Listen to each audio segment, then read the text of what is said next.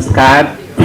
आज हमारा परम सौभाग्य है कि आज हमारे मध्य में मुख्य अतिथि के रूप में श्री राजेंद्र दत्त जी विराजमान हैं। एक ऐसी शख्सियत जिसके बारे में निर्मोही जी ने पूरी तरह से बताया है, तो हम अपना बहुत ही परम सौभाग्य मानते हैं और मैं दिल की गहराइयों से संस्कार भारती की तरफ से आपका बहुत बहुत स्वागत करता हूं, अभिनंदन करता हूं।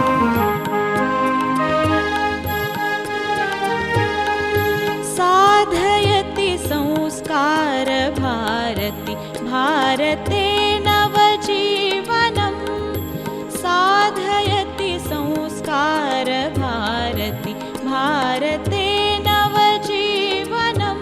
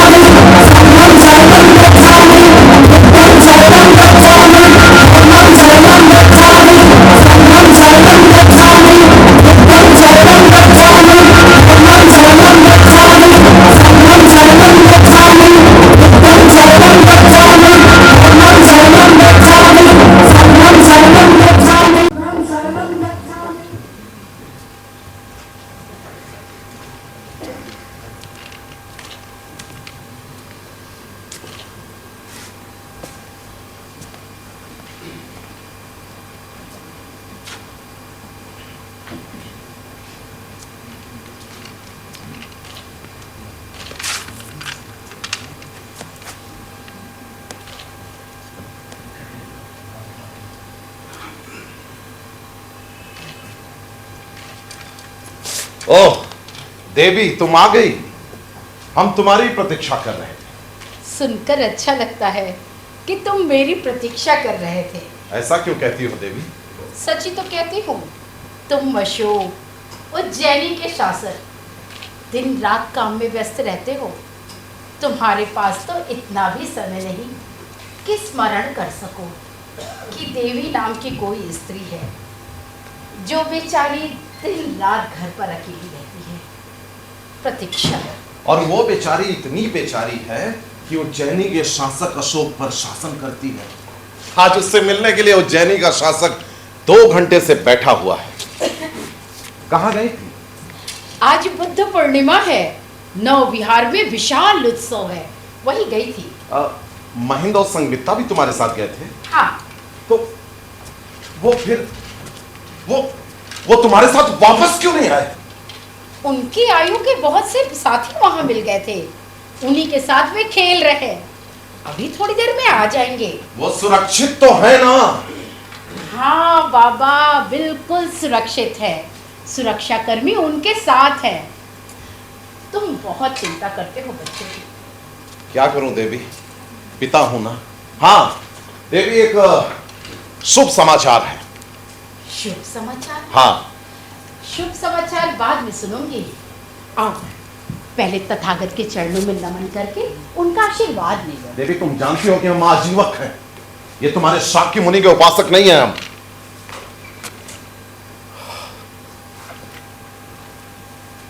खैर तुम्हारी बात तो माननी पड़ेगी, चलो। चल।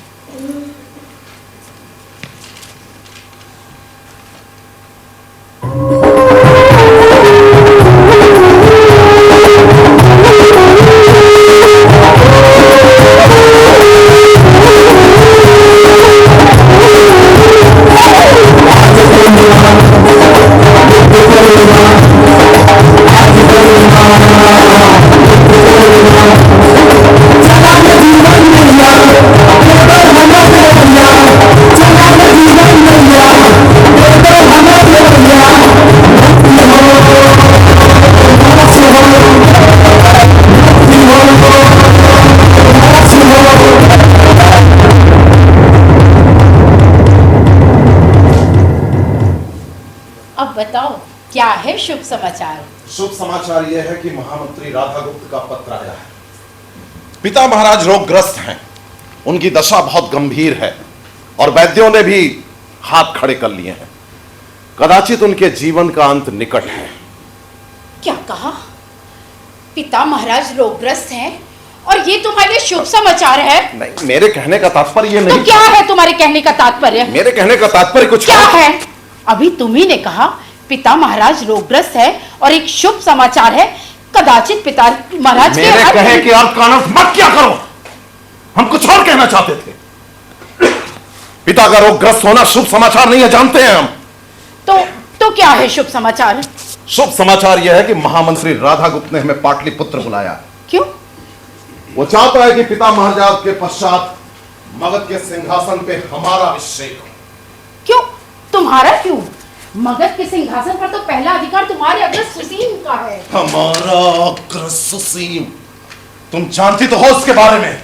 नहीं, मैं कुछ नहीं जानती। वो पिता महाराज का लाडला है, बबुआ है, बबुआ। वो राजा बनने योग्य नहीं, अयोग्य है, अक्षम है वो। कौन कहता है? सब कहते हैं, हम कहते हैं। ना, तुम्हारे अतिरिक्त कौन कहता है? महामंत्री राधा गुप्त कहता है। सुसीम कविता करता है, संगीतज्ञ है, मंदिरों में गाना गाता है, वो राजा बनने योग्य नहीं। और महाराज भी जानते हैं। क्या उन्होंने तुमसे ऐसा कहा? उन्होंने नहीं कहा, लेकिन हम जानते हैं कि महाराज जानते हैं अपने लाडले सुसीम की वास्तविकता। हो सकता है ये तुम्हारा भ्रम हो अशोक। भ्रम? गांधार में पश्तूनों को कुचलने के लिए सेनापति ने वहां सुसीम को भेजने का परामर्श दिया था, लेकिन पिता महाराज ने सेनापति के परामर्श को अस्वीकार कर दिया। क्यों? पिता महाराज ने कहा कि दैत्याकार पश्तून बहुत ही भयंकर जात के, इसलिए उनसे संग्राम भी बहुत भीषण होगा। युवराज सुसीम मौर्य साम्राज्य का भावी राजा है, इसलिए उसका जीवन अमूल्य है, किसी संकट में नहीं डाला जा सकता। और उसके स्थान पे मुझे गांधार जाने का आदेश दे दिया।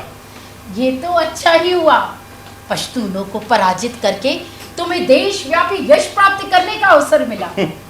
सुसीम देश का भावी राजा है, उसका जीवन अमूल्य है, किसी संकट में नहीं डाला जा सकता। और हमारा जीवन, क्या उसका कोई मूल्य नहीं? इसीलिए संकट में डाला जाता है बार बार। कोई पिता अपने संतान का जीवन संकट में नहीं डाल सकता। वो हमसे घृणा करते हैं। क्यों? क्योंकि हम कुरूप हैं, हमारे गाल पे ये काला धब्बा है। सुसीम सुंदर है, प्रदर्शी है, इसलिए वो सुसीम को चाहते हैं। ये तुम्हारा भ्रम है अशोक। बस, हम इस पे और विवाद नहीं चाहते, केवल तुमको यह बताना चाहते हैं कि कल हम पाटलिपुत्र जा रहे हो, तुम हमारे साथ चल रही हो। और अगर मैं तुम्हारा ये निर्णय ना मानूं तो? अरे तुमको मानना पड़ेगा तुमको। देवी मेरी बात सुनो देवी, हम चाहते हैं कि तुम हमारे साथ चलो। देवी तुम हमारी शक्ति हो, हमारे लिए शुभ हो तुम। देवी हमारे साथ होगी तो विजय हमारी होगी, हमारी विजय होगी। विजय? अपने भाई पर विजय सुनकर ही जुगुप्सा होती है। मैं नहीं जाऊंगी। अरे तो मत जाओ, हम अकेले ही जाएंगे पाटलिपुत्र।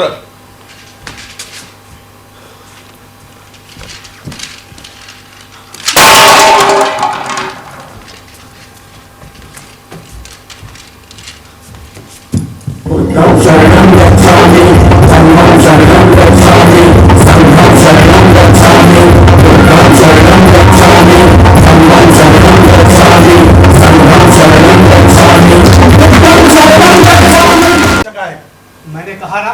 धैर्य रखो, राधा, तो मेरी बात समझने की कोशिश। धैर्य रखो कुमार, धैर्य रखो। आओ महाराज के कक्ष में चलते हैं। महाराज की जय हो। कुमार अशोक आपके दर्शन के लिए उज्जैनी से आए हैं। महाराज, महाराज, लगता है महाराज गहरी तंद्रा में हैं। कब से तंद्रा में हैं? बहुत देर से ऐसे ही सो रहे हैं। वैद्य जी ने औषधि खिलाई थी और जब से वैद्य जी गए हैं तब से ऐसे ही हैं। क्या कभी तंद्रा से उठे? कोई बात की? हाँ, 2-1 बार चौंक कर उठे। मुझसे पूछा सुसीम आया और मैंने उत्तर दिया नहीं, बस फिर आंख बंद करके सो गए। महाराज को औषधि देने का समय आ गया है, मैं जल लेकर आती हूँ। राधा को, महाराज को कैसे जगाएं? सुसीम कभी भी आ सकता। धैर्य रखो कुमार, धीरज का फल मीठा होता है। मैं हूं तुम्हारे साथ, मैं कुछ करता हूं।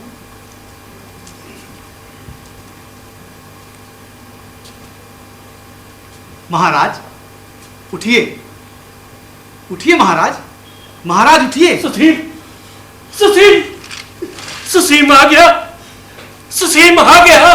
महाराज, उज्जैनी के शासक कुमार अशोक आपके दर्शन करना चाहते हैं। तुमको तो मैंने उज्जैन से गांधार जाने का आदेश दिया था। अब जानना चाहते हैं तुम वहां क्यों नहीं गए? महाराज, कुमार अशोक स्वयं रोगग्रस्त हो गए थे, इसलिए आदेश का पालन नहीं कर सके। चुप रहो, तुम चुप रहो राधा को। हम अच्छी तरह जानते हैं ये तुम दोनों की मिली भगत है। रोग मुक्त होने के पश्चात तुम उज्जैनी से गांधार क्यों नहीं गए? यहां क्यों चले आए? महाराज, आपकी व्याधि का अशुभ समाचार सुनकर वो यहाँ चले आए। हाँ महाराज, आपकी व्याधि का शुभ समाचार सुनकर हम आपकी सेवा में चले आए। अरे नहीं चाहिए मुझे तुम्हारी सेवा, जाओ, चले जाओ महाराज, यहाँ से। मैं महामंत्री हूं। राज्य में शांति और सुरक्षा सुनिश्चित करना मेरा कर्तव्य है। युवराज सुसीम गांधार में हैं, तो राजधानी बिना राजा या युवराज के ये साम्राज्य के हित में नहीं। महाराज, जब तक आप अस्वस्थ हैं और कुमार सुसीम गांधार में हैं, तब तक के लिए कुमार अशोक को उपराजा घोषित करना न्यायोचित होगा। राजन, मैं कुमार का मित्र हूं, इसलिए उन्हें उपराजा बनाने के लिए निवेदन नहीं कर रहा। राजनीति के सभी आचार्यों का मत है, कभी भी एक दिवस के लिए भी राज सिंहासन रिक्त नहीं रहना चाहिए। मेरे पितामह आचार्य चाणक्य का भी यही मत था। महाराज, मान लीजिए इस अवधि में लोक विप्लव हो जाए, कोई अधीनस्थ राजा आक्रमण कर दे, तो कौन निर्णय लेगा संधि विग्रह का? राजन, ऐसी परिस्थिति में कुमार अशोक को उपराजा घोषित करने के अतिरिक्त कोई विकल्प नहीं है। लीजिए, इसे अपने पवित्र हाथों से कुमार के सिर पे रख के उन्हें आशीर्वादित करें। लीजिए महाराज। महाराज, महाराज, कुमार, तुम स्वयं मुकुट धारण करो। मैं स्वयं? ये समय सोच विचार का नहीं है कुमार, मुकुट धारण करो, मैं कहता हूं।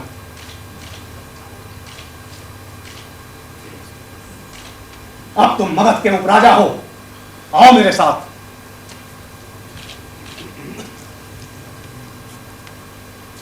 महाराज, कुमार के सिर पे अपना आशीर्वाद भरा हाथ रखें।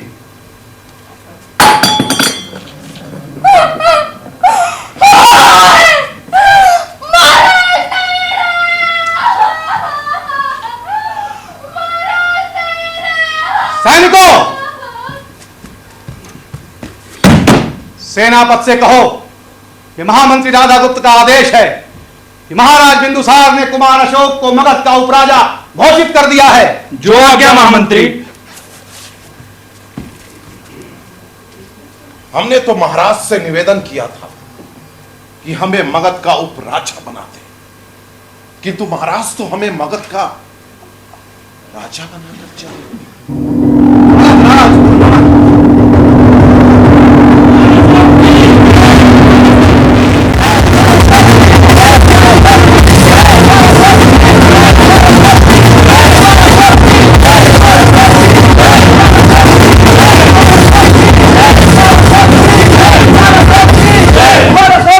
जय। मगधराज के सम्मानित सभासदों, यह हृदय विदारक दुख की बेला है।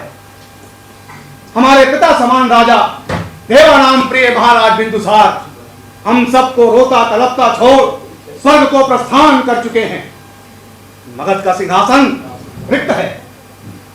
परंपरा अनुसार रिक्त सिंहासन पर महाराज के ज्येष्ठ पुत्र और युवराज सुसीम का राज्याभिषेक होना चाहिए था, किंतु ऐसा ना हो सका। क्यों? कुमार अशोक की जय क्यों?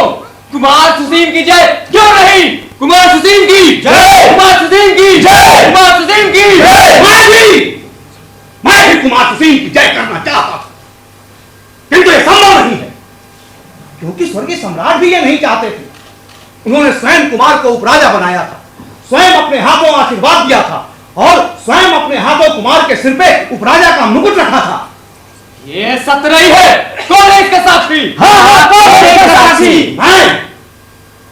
मैं हूं साक्षी, महामंत्री राधा गुप्त। और जिस किसी को इसकी सत्यता पर संदेह हो, वो इन सभी सभासदों के सम्मुख आए और अपना संदेह व्यक्त करे। मैं एक बार फिर कहता हूं, जिस किसी को इसकी सत्यता पर लेश मात्र भी संदेह हो, वो साहस करके सामने आए, छिप कर न बैठे।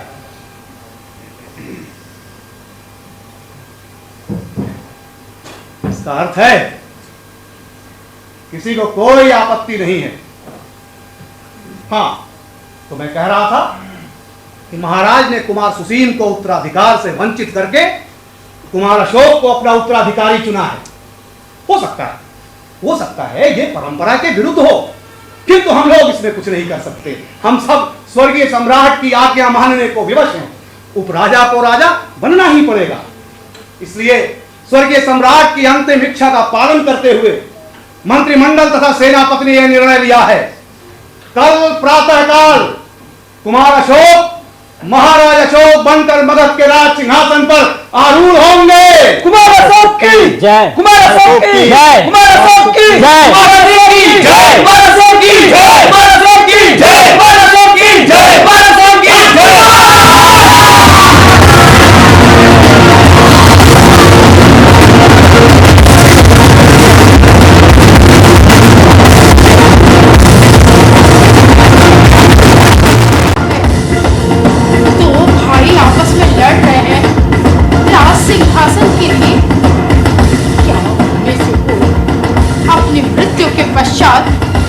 राज सिंहासन अपने साथ ले जा सकेगा? ये तो देवताओं से बस इतनी विनती है, देवा कुमार अशोक को विजयी बनाओ, वो राजा बनकर मगध के सिंहासन पर विराजे और हम अपनी स्वामिनी को मगध की महारानी बना देंगे। देवा कृपा करो। दासी जी अब तुम जाओ। जो आज्ञा। जी हाँ।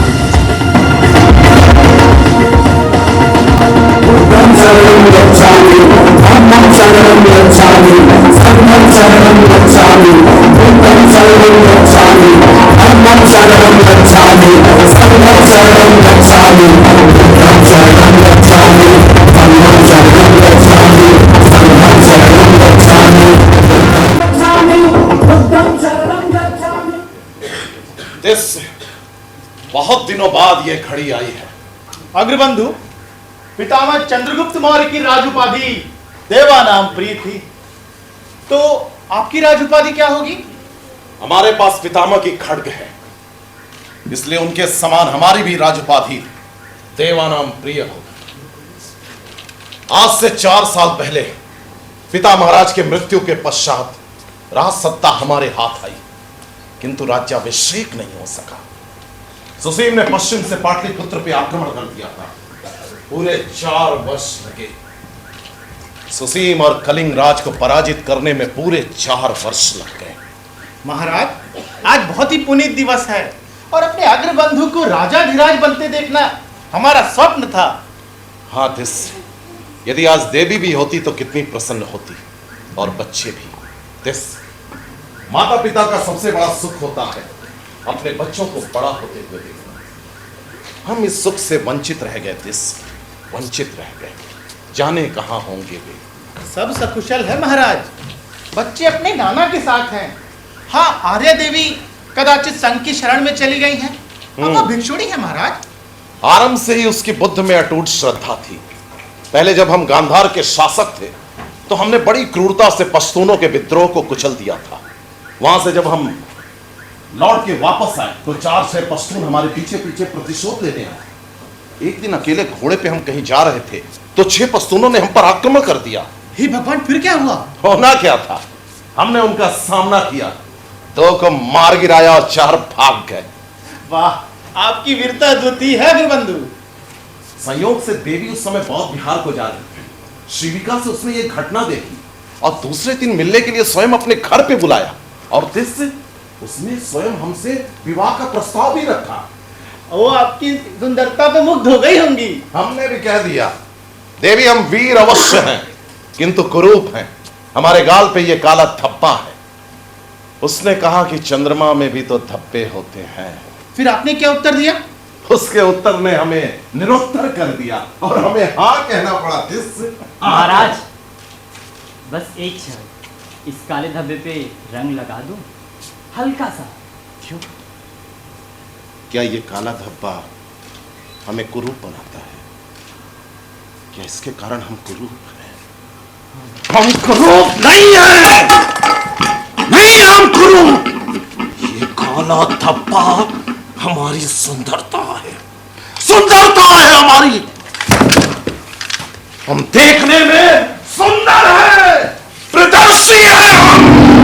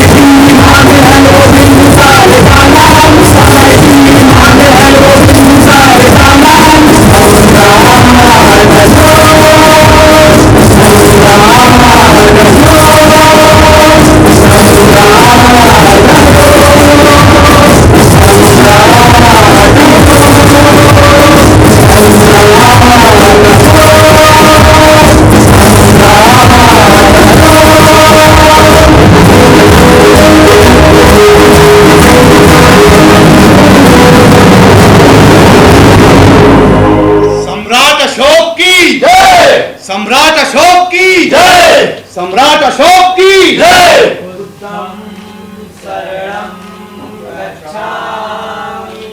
महाराज, इस पुनीत अवसर पर कुछ बौद्ध भिक्षु भी पधारे हैं। उन्हें इस शुभ अवसर पर ध्यान इत्यादि देना श्रेयस्कर होगा। तो बुलाइए सम्मानित भिक्षुओं को। ठीक है महाराज, पधारिए।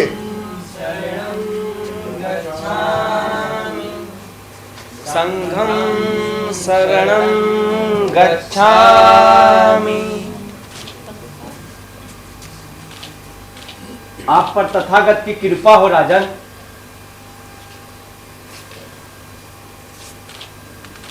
आप पर तथागत की कृपा हो राजन। आप पर कृपा हो राजन।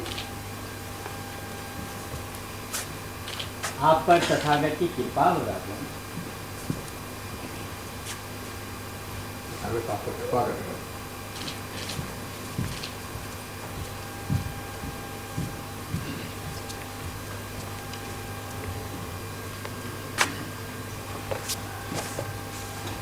देखो समुद्र नहीं आए।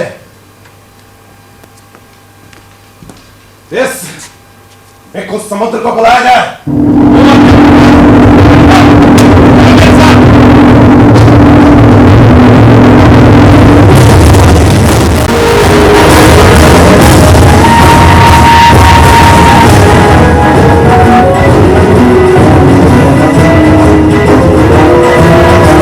अग्रबंधु,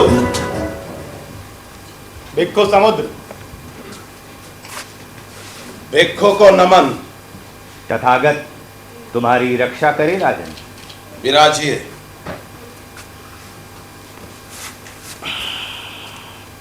भिक्खु, तुम्हें मालूम है कि हम मगध के राजा हैं। हाँ राजन। हमारे आदेश से हमारे अनुज कुमार तिस्स ने कुकुटाराम बिहार के सभी भिक्षुओं को भिक्षा देने के लिए आमंत्रित किया। वहां से सभी श्रमण आए, केवल तुम नहीं आए। मैं शुद्ध हाथों से ही भिक्षा ग्रहण करता हूं राजन। अच्छा, तो हमारे हाथ अशुद्ध हैं। आपके हाथों पर रक्त है। रक्त? कहां है रक्त? और किसका है रक्त?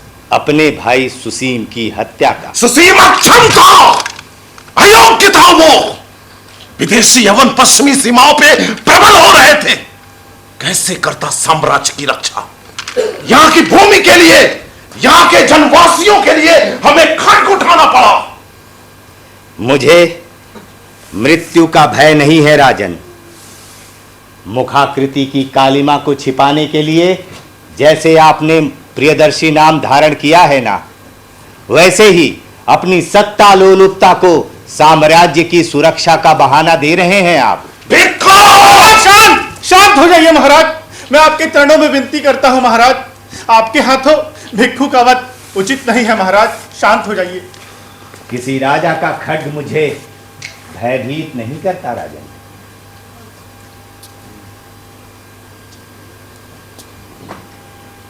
यदि भयभीत नहीं होते तो तुम्हारे हाथ में खड्ग होता। क्लियों का पुरुषों की तरह सर उठाकर भीख मांगकर भोजन नहीं करते। राजन, जो खड्ग चलाते हैं वे सबसे अधिक भयग्रस्त होते हैं। भयातुरता के कारण वे खड्ग उठा लेते हैं अपनी सुरक्षा के लिए।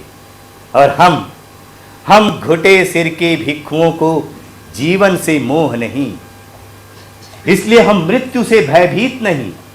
हम मृत्यु का सामना कर सकते हैं, उसे गले लगा सकते हैं निर्भय होकर, बिना खड्ग के।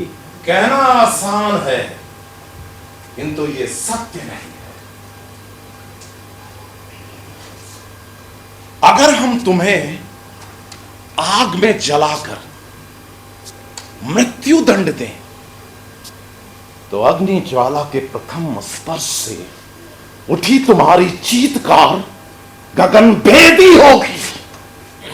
नहीं राजन, केवल एक नहीं, एक के बाद अनेक लपटों के स्पर्श के बाद भी मेरी कोई चीत्कार तुम्हें सुनाई नहीं पड़ेगी। मृत्यु का वरण मैं मौन स्वागत से करूंगा।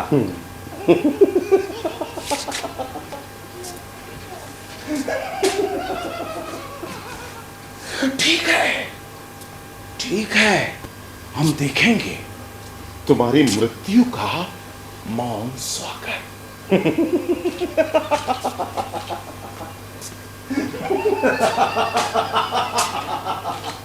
हम राजा का प्राण करने के अपराध में भिक्खु समुद्र को आग में जलाकर मृत्यु दंड देते हैं। तथागत तुम्हें सद्बुद्धि दे राजन। हमारी आज्ञा का पालन हो। जो से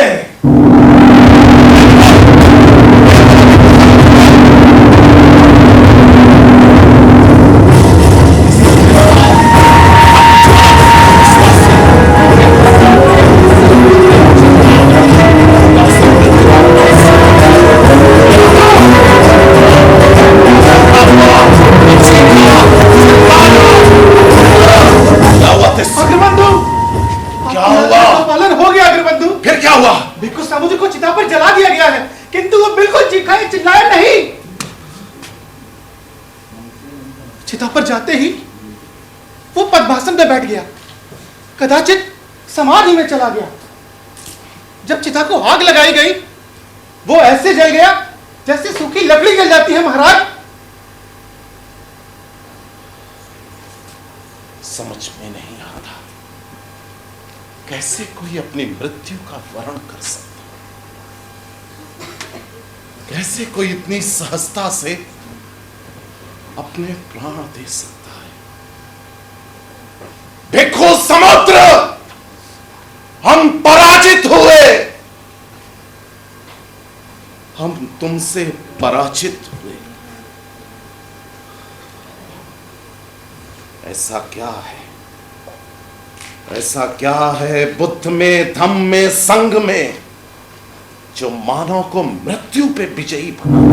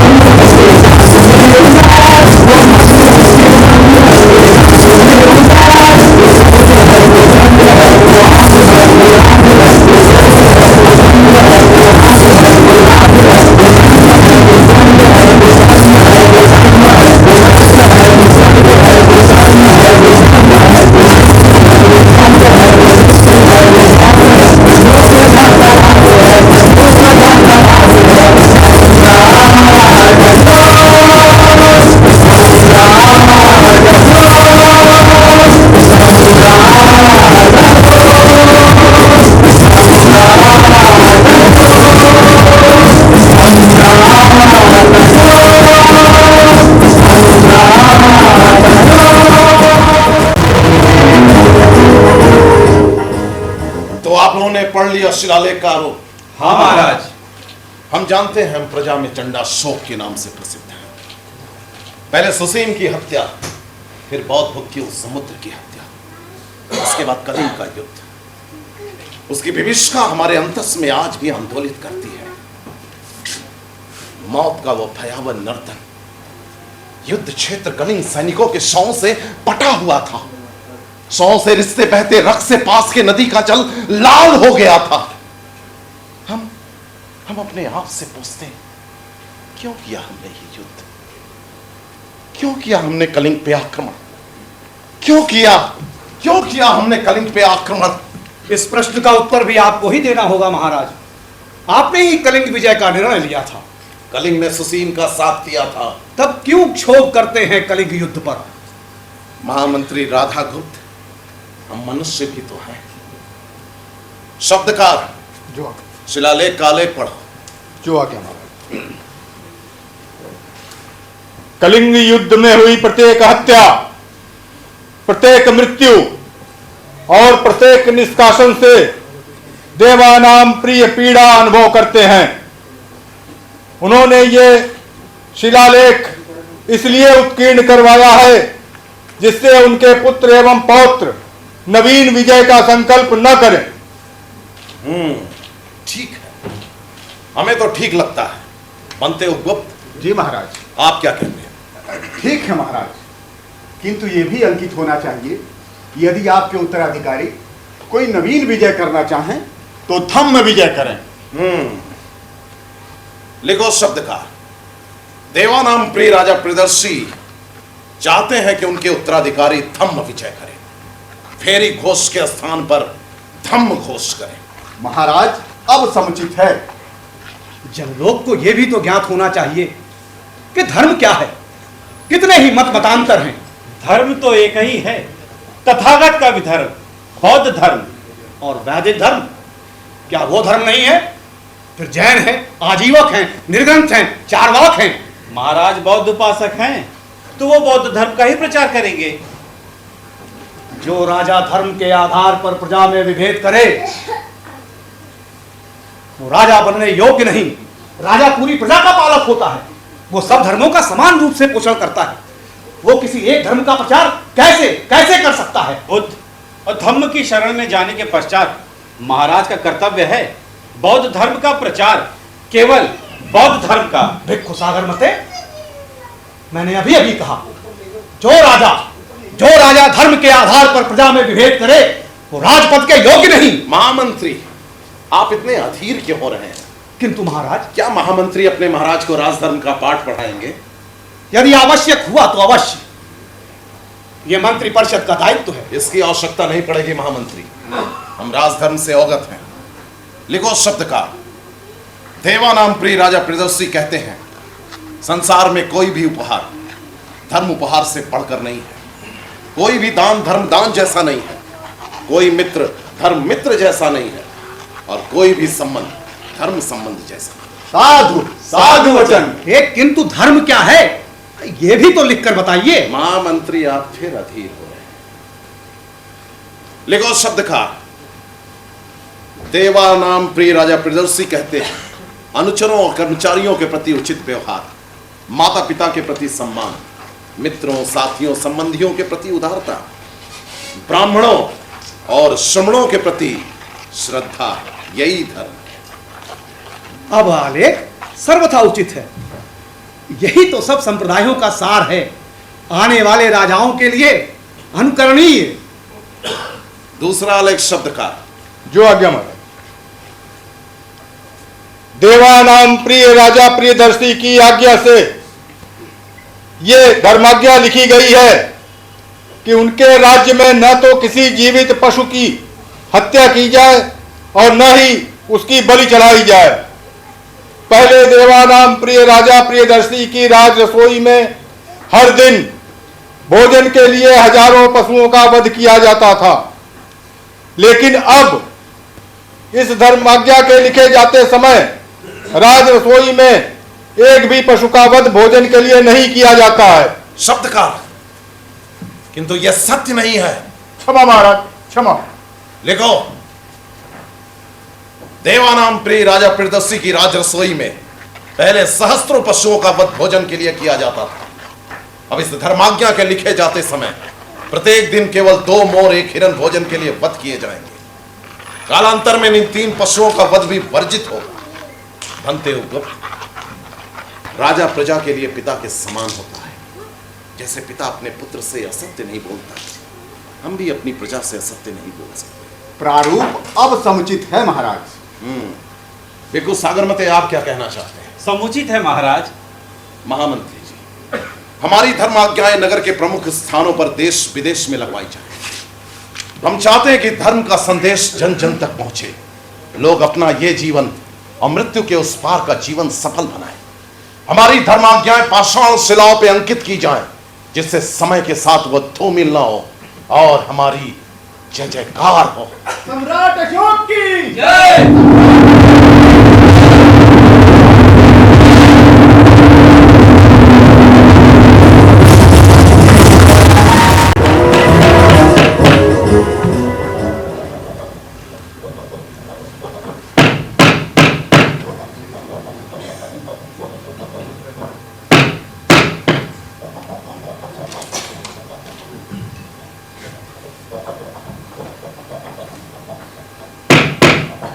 वैदराज। अरे अरे महामंत्री आए हैं। अरे अरे महामंत्री जी, नमन नमन महामंत्री जी, नमन। अरे हमारा सौभाग्य है, हमारा सौभाग्य कि आप इस दरिद्र की कुटिया में पधारे। आइए आइए आइए, विराजिए विराजिए, आइए। अरे अरे हमारा सौभाग्य है। विराजे। कोई विशेष प्रयोजन? आप आदेश किए होते हैं, मैं स्वयं आपकी सेवा में प्रस्तुत हो जाता। महाराज रोगग्रस्त हैं। कब से? 3 मास से। बहुत उपचार के पश्चात भी रोग पकड़ में नहीं आ रहा। मैं आपको राजभवन ले जाने आया हूं। क्षमा करें महामंत्री जी, आप जानते हैं कि कुछ बिहार के वैद्यों ने मेरा कितना अपमान किया है। राजकीय संरक्षण ने उन्हें अहंकारी बना दिया। वे अन्य हर एक को अपने से हीन समझते हैं। इसलिए मैंने राजभवन न जाने की शपथ ली है। वैदराज, अगर महाराज रोग मुक्त नहीं हुए तो सिंहासन के लिए पुनः भीषण संग्राम होगा, जैसा कि महाराज बिंदुसार के देहावसान के पश्चात हुआ। मैं नहीं चाहता मगध की प्रजा वैसा विनाश पुनः भोगे। शपथ से मैं बंधा हूं महामंत्री जी, विवश हूं मैं। तो ठीक है, मैं चलता हूं। एक मार्ग है इससे निकलने का। वो क्या? मेरी भांजी कुशल वैद्या है। उसने काशी में मेरे पिताश्री से आयुर्वेद में प्रशिक्षण और प्रवीणता हासिल की है। वो महाराज का उपचार कर सकती है। नहीं, एक अनजान वैद्या के हाथों महाराज का जीवन कैसे सौंप सकता हूं? अगर उन्हें कहीं कुछ हो गया तो सारा लांछन मुझ पर आएगा। आप मुझ पे विश्वास कर सकते हैं, और फिर मैं स्वयं भी तो उससे रोग के उपचार और निदान पे चर्चा करता रहूंगा। महाराज के उपचार पर मैं पूरी दृष्टि रखूंगा।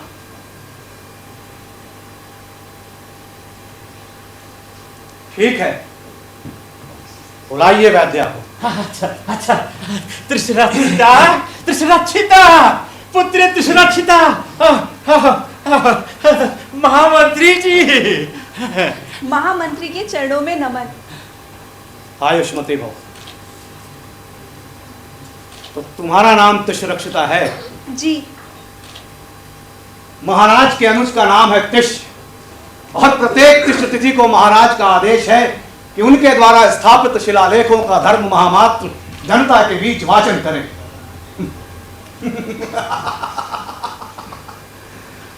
तिश नक्षत्र का मौर्य साम्राज्य से कुछ अधिक ही संबंध जान पड़ता है। इसमें मेरा दोष नहीं, मेरे पिता का दोष है, जिन्होंने ये नाम रखा। कौन है तुम्हारे पिता? क्या नाम है उनका? उनका नाम है वैद्य चक्रपाणी। अरे मैं ही हूँ त्रिशराक्षिता का पिता। ये हमारे पिता के पास काशी में पली पढ़ी और उन्हीं से वैद्य सीखी है। त्रिशराक्षिता, चक्रपाणी तुम्हारी बड़ी प्रशंसा कर रहे हैं, और हम चक्रपाणी के प्रशंसक हैं। कल पूर्वाह्न में तुम्हारे राजभवन पहुंचने की व्यवस्था कर दी जाएगी। अरे हाँ वैदराज, एक बात तो कहना मैं भूल ही गया। आपकी शत्रुता कुकुट बिहार के वैद्यों से है। इस शत्रुता की आंच महाराज तक नहीं पहुंचनी चाहिए।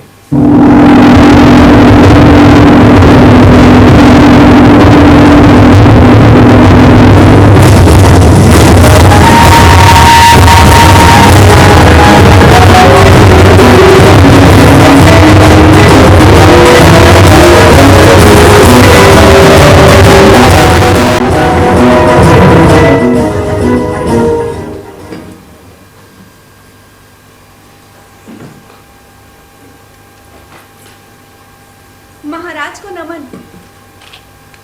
आइए वैद्या त्रिशराक्षिता, हम आप ही की प्रतीक्षा कर रहे हैं। आज आप एकदम स्वस्थ लग रहे हैं महाराज। वैद्या को देखकर रोगी अपने आप स्वस्थ हो ही जाता है। नहीं महाराज, आप वैद्या को देखकर स्वस्थ नहीं हुए हैं, आप वैद्या के उपचार से स्वस्थ हुए हैं। मैं पिछले 1 मास से प्रतिदिन आपकी सेवा में आ रही हूँ। लाई देखूं आपकी नाड़ी।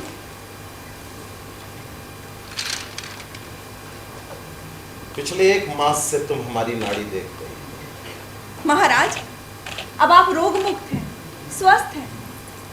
अब मुझे आज्ञा दीजिए। ठहरो और हमारी तरफ हो, हमारे पास आओ। रुक जाओ और मुड़कर हमारी तरफ पीठ। महाराज, किसने कहा कि हम रोग मुक्त हैं? हम अब भी रोगग्रस्त हैं। काम रोग से, कामज्वर से पीड़ित हैं हम। ये तुम्हारा सौभाग्य है कि तुम्हारा राजा तुम पर मुक्त है। महाराज, ये अनुचित है। उचित अनुचित का ज्ञान तुम दोगी हमें। हम राजा हैं और राजा की इच्छा का पालन करना तुम्हारा कर्तव्य है। तिष्रक्षिता, हम चाहते हैं कि तुम स्वयं हमसे प्रणय निवेदन करो, स्वयं अपने घुटनों के बल बैठकर अपना सौंदर्य अपने राजा को अर्पित करो। आओ।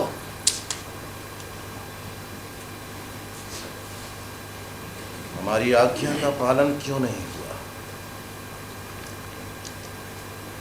तुमने अभी कामाशोक देखा है,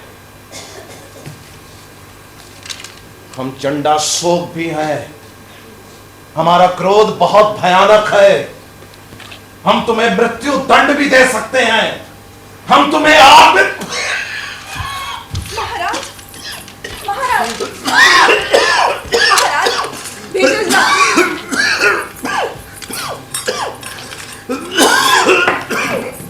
महाराज, ये भेषज लीजिए।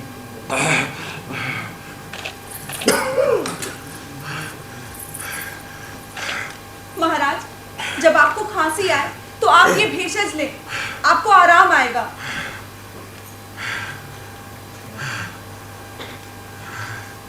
अब मुझे जाने की आज्ञा दीजिए।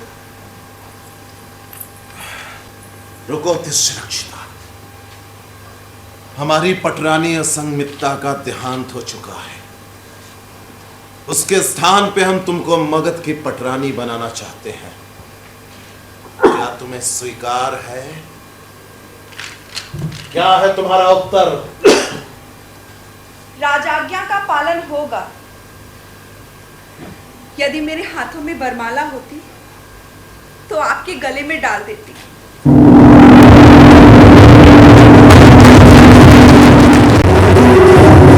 महाराज को आपने अभिधर्म में दीक्षित किया है, फिर भी वो अभिधर्म का उतना सम्मान नहीं करते जितना कि एक बौद्ध उपासक को करना चाहिए। और तो और महाराज ने शिलालेख में लिखवाया है कि ब्राह्मण और श्रमण दोनों का आदर करें। अरे जब बौद्ध उपासक ब्राह्मण का आदर करेगा तो हम जैसे बौद्ध श्रमण को कौन पूछेगा? और नहीं क्या? अरे वो राजा है, राजा, उसमें राजा का अहम है और राजा कुछ भी कर सकता है। महाराज अशोक बुद्ध की शरण में है, धम्म की शरण में है, परंतु संघ की शरण में नहीं है। सही कहा। क्या राजा अशोक को काशाय चीवर पहनाकर बौद्ध भिक्षु बना देना चाहते हैं आप लोग? नहीं नहीं, हम बस इतना चाहते हैं कि वो बौद्ध संघ से दूर ना रहें। बौद्ध संघ के प्रति उनकी वही भावना हो जो बुद्ध और धम्म के प्रति है। हाँ, आप उनसे बौद्ध संघ के संघ प्रधान का पद स्वीकार करने का आग्रह कर सकते हैं। हाँ, इसी बहाने बिहार की गतिविधियों की सूचना और समस्याओं से वो प्रतिदिन अवगत होते रहेंगे और उन्हें संघ की समस्याओं को प्रतिदिन हल करना ही होगा। और कभी कभी उनको कुकटाराम विहार में रहने वाले सभी भिक्षु और भिक्षुड़ियों की दशा जानने के लिए स्वयं आ जाना होगा। बिल्कुल ठीक। आप सबका विचार अति उत्तम है। मैं महाराज से बात करूंगा। मुझे विश्वास है कि वे बौद्ध संघ के संघ प्रधान का दायित्व स्वीकार कर लेंगे। यदि राजा अशोक के अहम का यही उपचार है तो यह मुझे स्वीकार है। देवानाम प्रिय राजा प्रियदर्शी संघ प्रधान।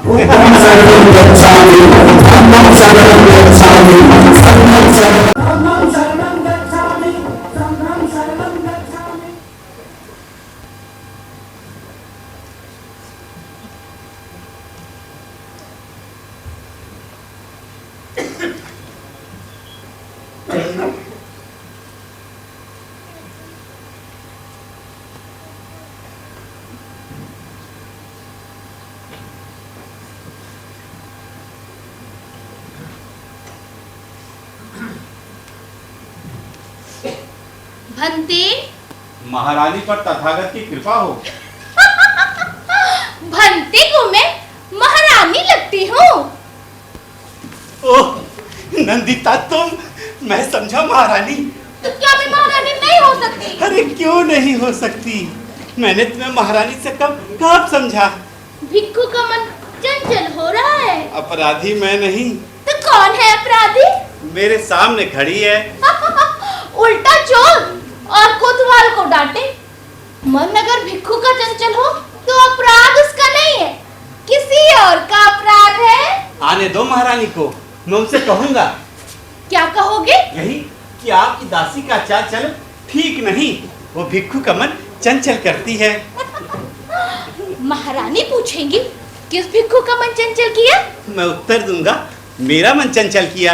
महारानी फिर पूछेंगी क्यों आपका ही मन चंचल किया, किसी और का क्यों नहीं? क्योंकि उत्तर दो भिक्खू सागरमती, क्यों आपका ही मन चंचल किया, किसी और का क्यों नहीं? क्योंकि अयोध्या। मैं सब बता दूंगी। कोशिकरा, अयोध्या। अरे कोई आ रहा है, शांत हो जाओ। कोई आ रहा है, कोई देख लेगा। तुम जाओ यहाँ से। फिर मिलोगे ना? हाँ बाबा, फिर मिलूंगा। तुम जाओ अब यहाँ से। सच्ची? मुच्ची। हाँ ठीक, मैं जाती हूँ। जाओ।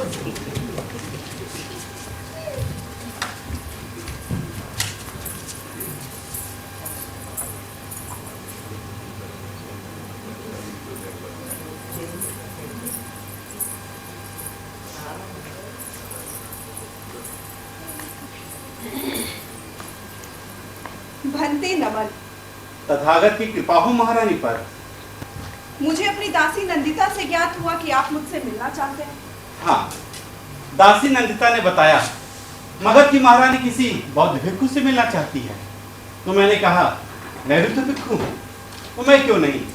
और उसने आपको मेरा नाम बता दिया, भिक्खू सागरमती। भंते आप नंदिता को जानते हैं? हाँ जानता हूँ। हम लोग भिक्षा के लिए गली गली द्वार द्वार बुद्ध घोष करते हैं, उसी से जान जाते हैं सभी को। कितना जानते हैं नंदिता को? जितना सबको।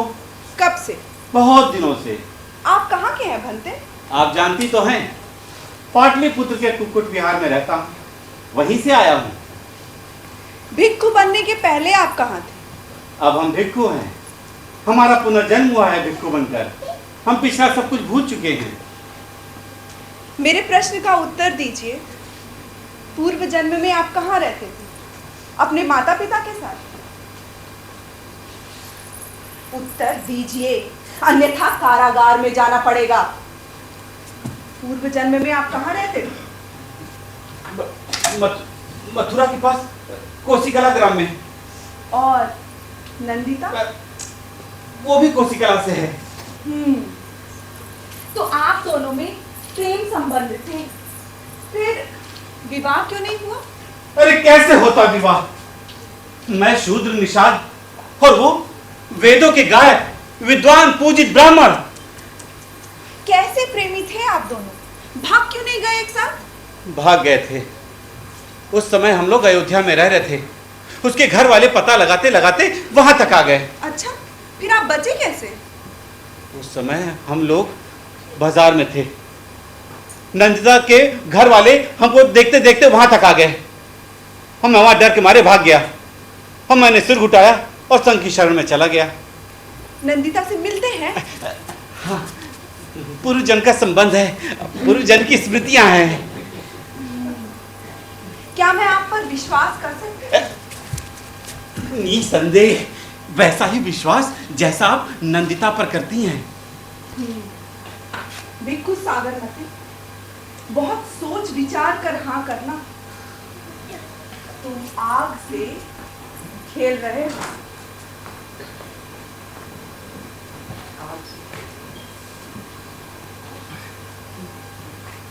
बहुत ही चिंतन और मनन के बाद मेरी हाँ है। ठीक है, मुझे महाराज के बारे में पूरी सूचना चाहिए। वो कब कब किसी बौद्ध विहार में जाते हैं, महास्थविर मोगलीपुर तथा स्थविर उपगुप्त से उनकी क्या बात हुई, बौद्ध संघ ने क्या निर्णय लिए, महाराज ने संघ को कितनी धनराशि भेंट की, मैं जानना चाहती हूँ सब कुछ महाराज के बारे में तथा बौद्ध संघ के बारे में। जो आज्ञा महारानी, आप जैसा कहेंगी वैसा ही करूंगा। अब मुझे जाने की आज्ञा दीजिए। जाने के पहले आपको एक कथा सुनाना चाहती हूँ भिक्खू। एक राक्षस था, उसने पूरी पृथ्वी पर उत्पात मचा रखा था। वो मनमानी करता था, जिसे चाहता उसकी हत्या कर देता, घरों को लूट लेता था, स्त्रियों के साथ बलात्कार करता था, और जो भी उसका सामना करता वो पराजित हो जाता। देवता सब के सब परेशान। देवता उस पर तीर चलाते तो तीर उसके शरीर को भेद नहीं पाता, और यदि खड्ग से काटते भी तो कटा हुआ अंग फिर जुड़ जाता। फिर क्या, देवताओं ने उसकी गर्दन काट कर अलग कर दी, लेकिन थोड़ी ही देर बाद वो फिर जुड़ गई। ऐसा अजेय और अवध्य था वो राक्षस। एक एक करके उसने सभी देवताओं को बंदी बना लिया और फिर इंद्र के सिंहासन पर भी अधिकार कर लिया। अच्छा, तो फिर कैसे छुटकारा मिला देवताओं को, और इंद्र को उसका राजपाट वापस कैसे मिला? इंद्राणी की बुद्धि से। इंद्राणी ने पता लगाया कि वो राक्षस अपने घर से निकलने के पूर्व अपने प्राण एक तोते में रखा था। इंद्राणी ने तोते की गर्दन ऐंठ दी और वो राक्षस मर गया। कैसी लगी मेरी कहानी? बहुत अच्छी कहानी, बहुत ही अच्छी कहानी। महारानी, अब मुझे जाने की आज्ञा दीजिए। जाने के पहले ये भी सुन लीजिए कि मेरे घर में भी एक तोता है जिसका नाम है नंदिता। भिक्खू को नमन।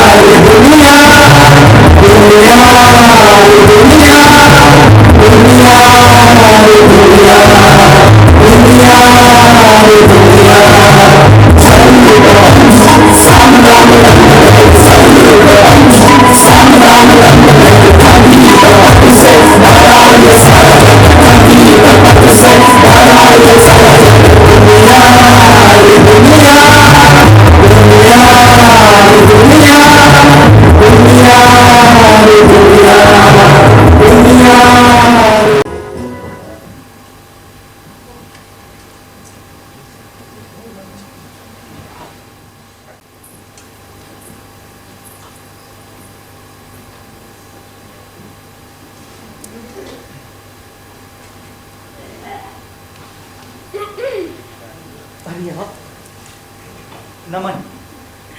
कुणाल, मैं जब भी तुम्हारे कक्ष के सामने से जाती थी तो सदा ही वीणा का मधुर स्वर सुनाई पड़ता था। आज नहीं सुनाई पड़ा तो चिंता हुई, देखने चली आई। वीणा का तार टूट गया है, उसी को लगाने का प्रयत्न कर रहा हूँ इतनी देर से। तुम वीणा बहुत सुंदर बजाते हो। कितने वर्षों से वीणा बजा रहे हो? याद नहीं, शायद बहुत वर्षों से। अच्छा, किससे सीखा वीणा वादन? पिता महाराज के राज दरबार में एक कलाकार को वीणा बजाते सुना, पहली बार। किंतु मुझे लगा जैसे मैं वीणा पहले भी सुन चुका हूँ, सुनता रहा हूँ। अच्छा। हाँ, दरबार के बाद मैं संगीतज्ञ के घर गया, उनसे अनुरोध किया कि मैं वीणा देखना चाहता हूँ। उसने वीणा दिखाई और बताया कैसे बजाई जाती। मैंने कहा मैं देखूं, और ऐसे ही इधर उधर उंगली से तारों को छेड़ा और मैं वीणा बजाने लगा। सच? हाँ, बिल्कुल सच। तुम पिछले जन्म में जरूर वीणा वादक रहे होगे। हो सकता है, पिछले जन्म की ही ये देन हो। और तुम्हारी आंखें? जी, तुम्हारी आंखें? मैं समझा नहीं। क्या ये सुंदर आंखें भी तुम्हारी पिछले जन्म की देन है? मैंने सुना है कि तुम्हारे जन्म के पश्चात तुम्हारे पिता सम्राट अशोक ने तुम्हें देखा तो वो तुम्हारी आंखों पर मुग्ध हो गए। तुम्हारी काली बड़ी बड़ी आंखों का सौंदर्य देखकर उन्हें कुणाल पक्षी की आंखें याद आ गई। इसीलिए तो तुम्हारा नाम कुणाल रख दिया। तो मैं तुम्हें क्या कहूँ, कुणाल या चारुनयन? आप मुझे कुणाल ही कहिए। नहीं, मैं तो तुम्हें चारुनयन ही कहूंगी। तुम्हारी जैसी सुंदर आंखों वाला दूसरा पुरुष मैंने आज तक नहीं देखा। अच्छा कुणाल, ये बताओ कि ये वीणा के तारों की झनकार का जादू वीणा के तारों में है या क्या तुम्हारी उंगलियों में? मैं नहीं जानता जादू कहाँ है। मैं एक कवि को जानती हूँ कुणाल, नालंदा में रहते हैं, बहुत रसिक हैं। वो कहते हैं जादू तो उंगलियों में होता है। पुरुष अपने उंगलियों के जादू से स्त्री को भी वीणा के समान झंकृत कर देता है। तुमने तो सुना ही होगा। नहीं, मैंने नहीं सुना। नहीं सुना अब तक? जादुई है तुम्हारी ये उंगलियां। आप मेरी माता के स्थान पर हैं और वही स्थान आपको शोभा देगा। नमन।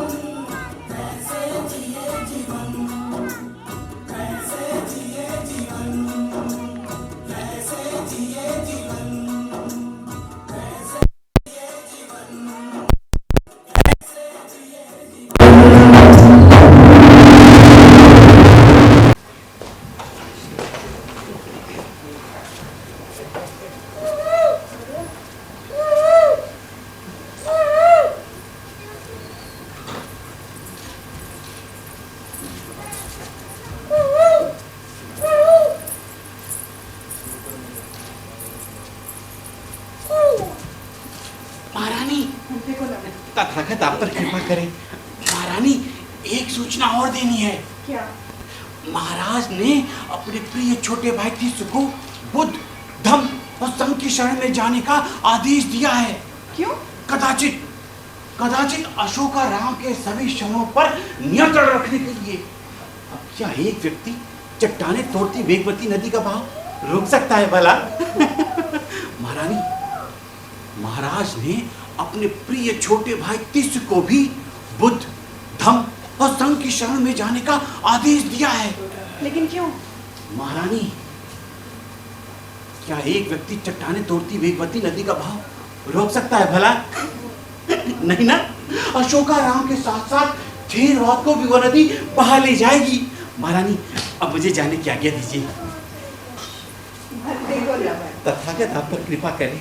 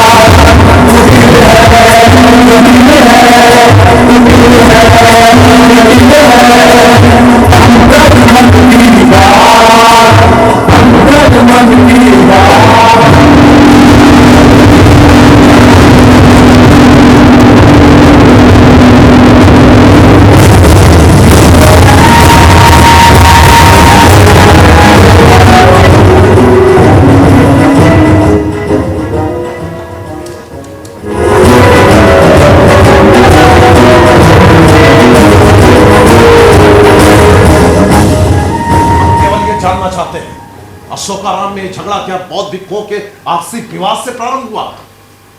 तो फिर कैसे हुआ? मैं उसी के बारे में समाचार लेकर आया हूँ महाराज। क्या समाचार है? ये विवाद बौद्ध और श्रमणों के बीच नहीं है, ये विवाद बौद्धों और निर्ग्रंथों के बीच है। उनमें मारपीट की सूचना है। दोनों ही दल बिहार के उद्यान में बैठे हैं और दोनों ही दल अपने भोजन के पात्र बजाकर न्याय मांग रहे हैं। मांग कर रहे हैं कि राजा प्रियदर्शी स्वयं उन्हें आकर वहां न्याय दें। तो क्या हमें वहां जाना चाहिए? नहीं महाराज, आपको वहां नहीं जाना चाहिए। क्यों नहीं जाना चाहिए? श्रमण बहुत उत्तेजित हैं, क्रोधित हैं, वो कभी भी हिंसा पर उतारू हो सकते हैं। हमारे पास महाराज चंद्रगुप्त की खड्ग है। बौद्ध धर्म और संघ की शरण में जाने के बाद भी हमने इसका परित्याग नहीं किया है। सारी समस्याओं का समाधान है ये भिक्षुओं के बीच का आपसी मामला है महाराज, आपको वहां नहीं जाना चाहिए। हम बौद्ध संघ के चैनिक संघ प्रधान हैं महामंत्री।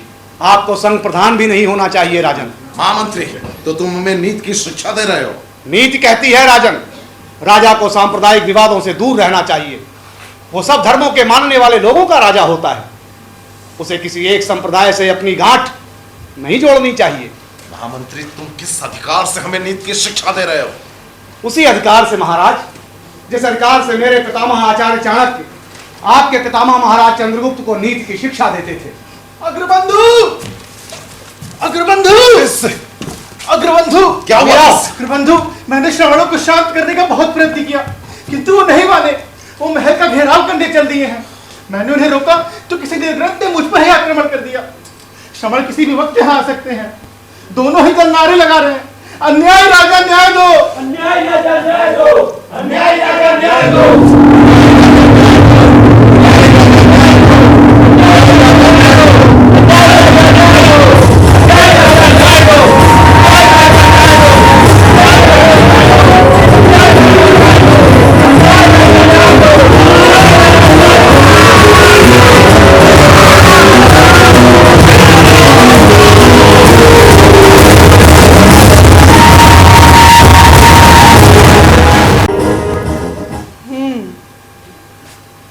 महाराज पर पूरी तरीके से बौद्ध धर्म का रंग चढ़ाने के लिए स्थविर की अगली चाल है बौद्ध समवाय। हाँ, और इस समवाय में देश भर के 10,000 प्रतिनिधि आ रहे हैं। देश से ही नहीं, विदेशों से भी आ रहे हैं।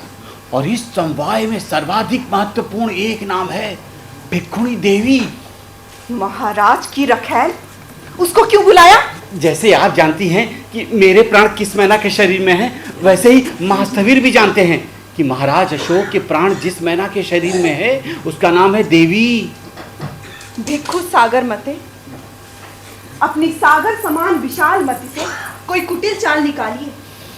मैं चाहती हूँ कि महाराज अशोक के प्राण जिस मैना में है वो सांची में ही सुरक्षित रहे। जैसे आपके प्राण जिस मैना में है वो मेरी संरक्षण में सुरक्षित है।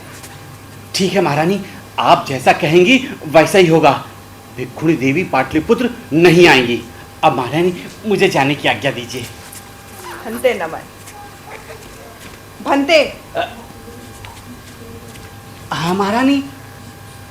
भिक्षु महेंद्र भी तो आ रहा है। हाँ महारानी। महाराज को उससे बड़ा मोह है। प्रायः वो महेंद्र की बातें करते हैं और कल्पना करते हैं कि वो अब बड़ा होकर कैसा दिखता हो। इसमें मैं क्या कर सकता हूँ महारानी? बहुत कुछ कर सकते हैं। आपको ये देखना होगा कि पिता और पुत्र का प्रेम सीमा में ही रहे। कहीं महाराज का बड़ा बेटा मगध के सिंहासन का दावेदार ना बन जाए। वो भिक्षु है और भिक्षु ही बना रहे। ठीक है महारानी, ऐसा ही होगा। महारानी अब मुझे जाने की आज्ञा दीजिए। नमन। तथागत आप पर कृपा करे।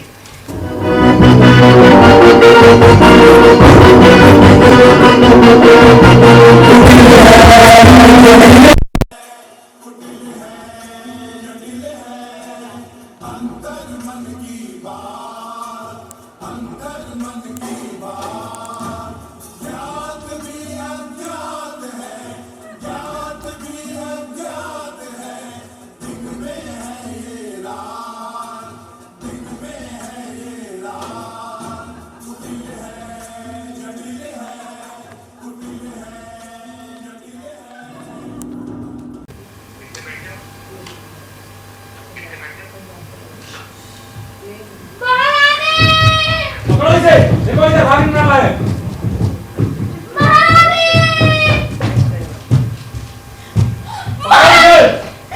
महारानी मुझे बचा लीजिए, कुछ सैनिक मेरे पीछे पड़े हैं। सैनिक? ठहरो। कैसे घुसाए अंतःपुर में बिना आज्ञा? आज्ञा महारानी। किसकी? महामंत्री जी की। झूठ है। हमारे पास आज्ञा पत्र है, इस पर महामंत्री की मुद्रिका चिन्हित है। होने दो महामंत्री की आज्ञा, अब ये महारानी का आदेश है, निकलो यहाँ से। आपकी आज्ञा का पालन होगा महारानी, हम अभी निकल जाएंगे, बस वो काम कर लें जिसके लिए हम यहाँ आए हैं। कौन सा काम? नंदिता को बंदी बनाने। ले चलो इसे। महारानी, महारानी मैंने कुछ नहीं किया, मैं निर्दोष हूँ। महारानी मुझे बचा लीजिए। छोड़ दो। महारानी मैंने कुछ नहीं किया, महारानी मुझे बचा लीजिए, मैं निर्दोष हूँ।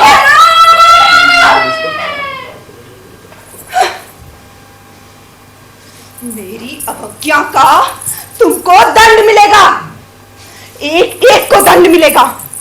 आने दो महाराज को, किसी को नहीं छोड़ूंगी मैं। आने दो महाराज को।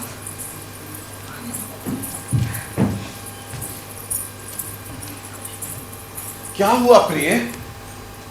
महाराज, हाँ, महाराज देखिए देखिए ये क्या हो रहा है। क्या हुआ प्रिय? महामंत्री ने अंतःपुर में सैनिक भेजे, वो बिना मेरी आज्ञा के अंतःपुर में घुसाए। ओह, हम महामंत्री से पूछेंगे ऐसा उन्होंने क्यों किया। वो सैनिक मेरी दासी नंदिता को बंदी बना कर ले गए। मैं जानना चाहती हूँ क्यों। आप नंदिता की मुक्ति का आदेश दें। हम कैसे आदेश दे सकते हैं? संभवतः हो कि नंदिता पे कोई गंभीर आरोप हो। बिना महामंत्री का पक्ष जाने नंदिता को मुक्त करना न्यायोचित नहीं होगा। मगध की रानी, आपकी प्रिया पिछे रक्षिता आपसे करबद्ध प्रार्थना करती है महाराज, नंदिता को मुक्त कर दें। वो अकारण ही कारागार में है। अकारण तो नहीं है वो कारागार में। तो क्या आप जानते हैं वो क्यों कारागार में? हाँ, कुछ थोड़ा। कुछ दिन पूर्व महामंत्री ने बताया था कि नंदिता दासी के जीवन को संकट है, कोई उसकी हत्या करना चाहता है। दासी नंदिता के जीवन को संकट है तो उसके सुरक्षा की व्यवस्था महामंत्री को करनी चाहिए थी। नंदिता को कारागार में इसीलिए डाला गया है जिससे उसके जीवन की रक्षा की जा सके। महामंत्री ने बताया था कि नंदिता में किसी के प्राण बसते हैं और कोई उसकी हत्या करने के लिए नंदिता की गर्दन ऐंठना चाहता है। ओह, तो आप सब जानते हैं। नंदिता को बंदी बनाने सैनिक अंतःपुर गए, महामंत्री को इसके बारे में कोई सूचना नहीं। तो फिर सैनिकों को किसने भेजा? मैंने। क्यों? सैनिकों ने मुझसे झूठ क्यों कहा कि महामंत्री ने? यदि तुमको यह पता चल जाता कि नंदिता को मेरे आदेश से बनाया गया है तो तुम इसकी सूचना लेके हमारे पास नहीं आती, अदृश्य भाग जाती अपने देश और कलिंग के किसी गांव में छिप जाती और हम तुम्हें पकड़ नहीं पाते। क्या हमने गलत कहा कलिंग कन्या? नहीं, आपने बिल्कुल ठीक कहा मगध नरेश। तुम बैल चक्रपाणी की पुत्री नहीं, उनकी भांजी हो। कलिंग में लाखों सहस्त्रों कलिंगवासी काल कौलित हुए, उसमें तुम्हारे माता पिता भी थे। उनकी एक 10 माह की पुत्री भी थी जिसे पड़ोसियों ने पाला, फिर उसके मामा को बुला के दे दिया जो पाटलिपुत्र में रहते थे। वो अपने नाना के वहां काशी में पली बड़ी, लोग समझते हैं कि वो उनकी पुत्री है। अपने मामा का नाम नहीं जानना चाहोगे? महारानी तिष्य रक्षिता, हम आपकी भेंट एक आपके पुराने मित्र से कराना चाहते हैं, मिलना चाहेंगी ना?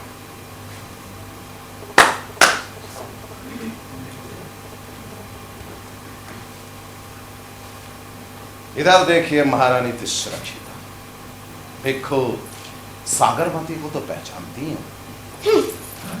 भिक्खु आपके लिए एक विशेष उपहार लेकर आए। भिक्खु महारानी के लिए कौन सा विशेष उपहार लेकर आए? ये विषलेपित केश कांटा। किसी ने आपके केश कांटे को विश्लेपित करके बोध वृक्ष के तने में धंसा दिया और बोध वृक्ष का तना सूख गया। किसने ये कांटा बोध वृक्ष के तने में धंसाया? मैंने। क्या? क्यों धंसाया तूने? बोल! क्यों धंसाया? बोल! अरे बोल! क्यों धंसाया? मेरे माता पिता की तो एक ही बार मृत्यु हुई थी और मैं तुम्हें 100 बार मारना चाहती थी। क्यों तूने कुणाल को अंधा किया? क्यों कुणाल को अंधा कराया? मैं तो उसकी हत्या चाहती थी। राजाधिकारियों ने मेरे साथ धोखा किया, उसको केवल अंधा करके जंगल में छोड़ दिया। क्यों उसकी हत्या चाहती? बोल दुष्टे, क्यों उसकी हत्या चाहती थी? बोल! उसका निर्दोष सौंदर्य, उसके लावण्य का चंबल। एक पति के होते हुए भी कैसा पति? खंडित यौवन पति, वृद्ध पति।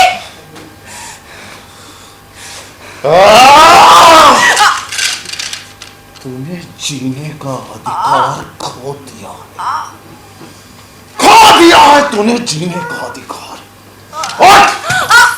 हमारी समझ में नहीं आता कि हम तुझे कौन सा पहनते हैं। तेरे शरीर को खुद से नोच के खाए या तुझे सूली पर बैठाकर मार दिया जाए, या तेरे शरीर को आरी से 2 भागों में चीर दिया जाए। हट। या तुझे नगर चौराहे पर ले जाकर तुझे सूली पर लटका दिया जाए। मुझे मृत्यु का भय नहीं है अशोक। तुम चाहे जितनी बार बुद्ध की शरण में जाओ, तुम्हारे अंदर का राक्षस जीवित है और जीवित रहेगा। जिसने अपने अग्रज सुसीम की हत्या की, मेरे माता पिता की हत्या की और कलिंगवासियों की हत्या की। तुझे तो वो मौत मारूंगा कि मौत भी कांप उठेगी। सैनिकों,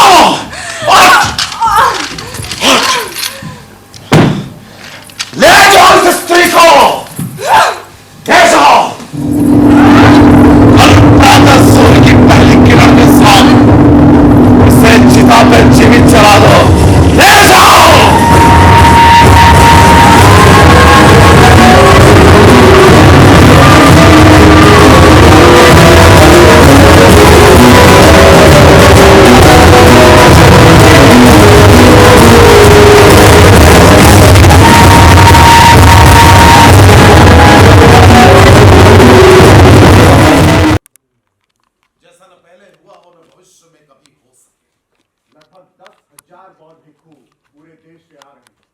विदेशों से भी। आपको धन की चिंता नहीं हो। मगध राजकोष की संपूर्ण संपत्ति अभिधर्म की सेवा।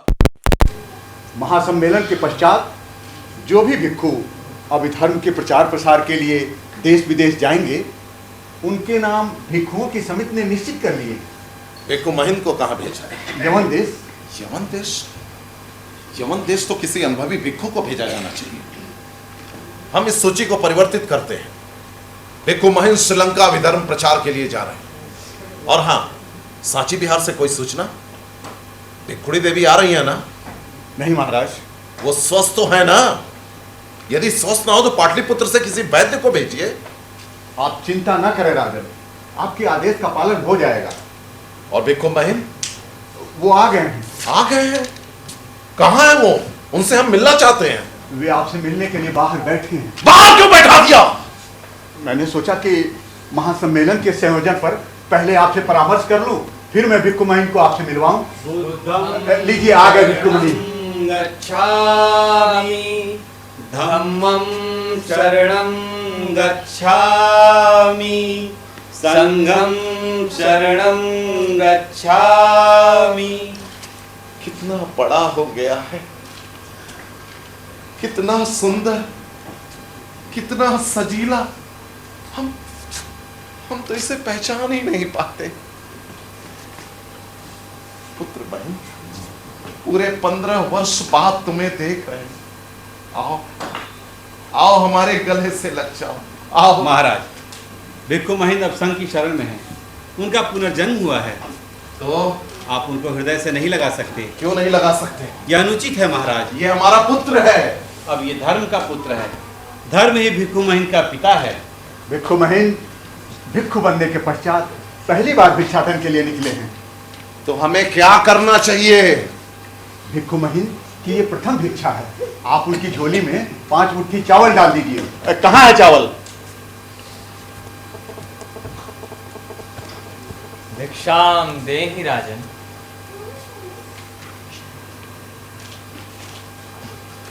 भिक्खु महेंद्र, पाटलिपुत्र में आपका स्वागत है।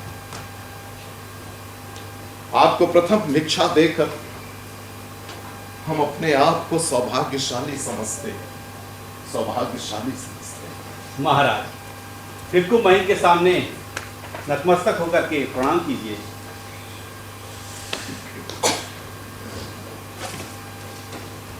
आप पर तथागत की कृपा हो राजन।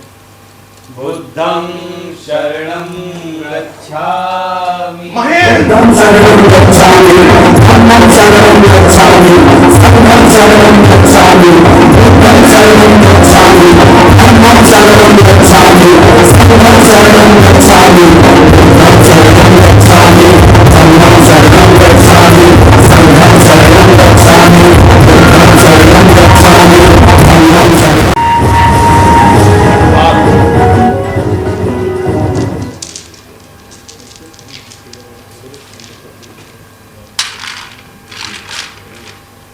मुकुट। राज मुकुट नहीं मिल रहा है, आपका खट भी नहीं है। इसका साहस हो सकता है मेरा मुकुट और खड्ग उठाने का? अंतपुर अधिकारी से नहीं पूछा? वो भी नहीं जानते कहाँ गया। जाके अंतपुर अधिकारी को बुला के लाओ। अंतपुर अधिकारी को बुला कर लाओ। आज्ञा नहीं है। ये महाराज का आदेश है। आज्ञा बुला कर लाओ। आज्ञा नहीं है। तुम्हारा ये साहस, राजा की आज्ञा का उल्लंघन, तुम्हें जीवित चिता पे चढ़ा दिया जाएगा। जाओ अंतपुर अधिकारी को बुला के लाओ। आज्ञा नहीं है। किसकी आज्ञा नहीं है? महामंत्री की। तो महामंत्री को बुला के लाओ। आज्ञा नहीं है। महामंत्री को बुला के आओ। तो हम महामंत्री से जाके स्वयं पूछेंगे इस आदेश का अर्थ। आज्ञा नहीं है। तो क्या हम बाहर नहीं जा सकते? आज्ञा नहीं है। बंद करो, आज्ञा नहीं, आज्ञा नहीं है। क्या तुम्हें यह आदेश दिया गया है तुम अपने राजा की आज्ञा का उल्लंघन करो? अब आप राजा भी नहीं है, आपको राजपद से हटा दिया गया है। तो फिर कौन है राजा? अब देवानाम प्रिय कुणाल राजा हैं। ये क्या कहते हो? वो तो बेचारा नेत्रहीन है। इसलिए उनके पुत्र कुमार संप्रत को उपराजा बनाया गया है। और हम? आप बंदी हैं। राजा अशोक बंदी है, तो ये बंदी गृह है। राजा अशोक बंदी है। राजा अशोक बंदी है। तुम तो बंदी नहीं हो, तो यहाँ क्या कर? हाँ? जा!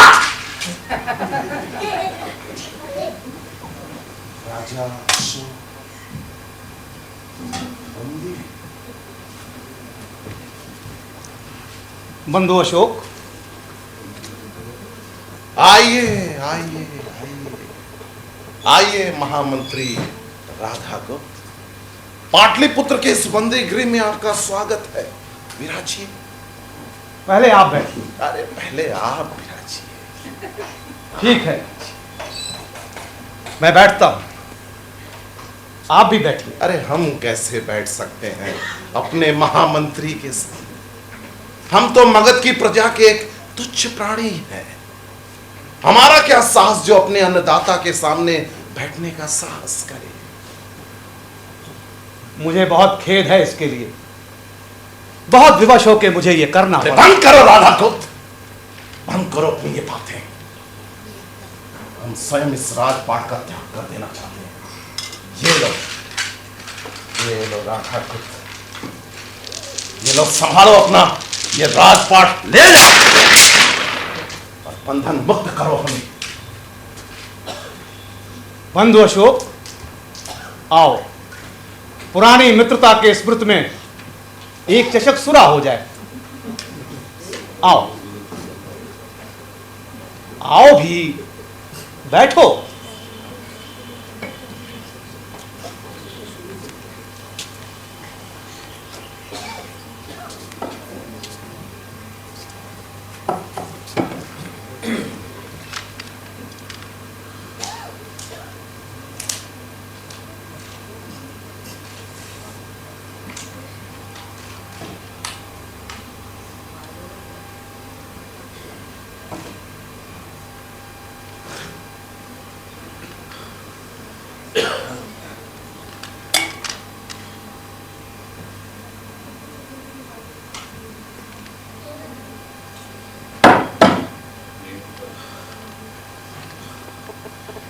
राधा गुप्त, तुम मुझे इस बंदीगिरी में बंद नहीं कर सकते।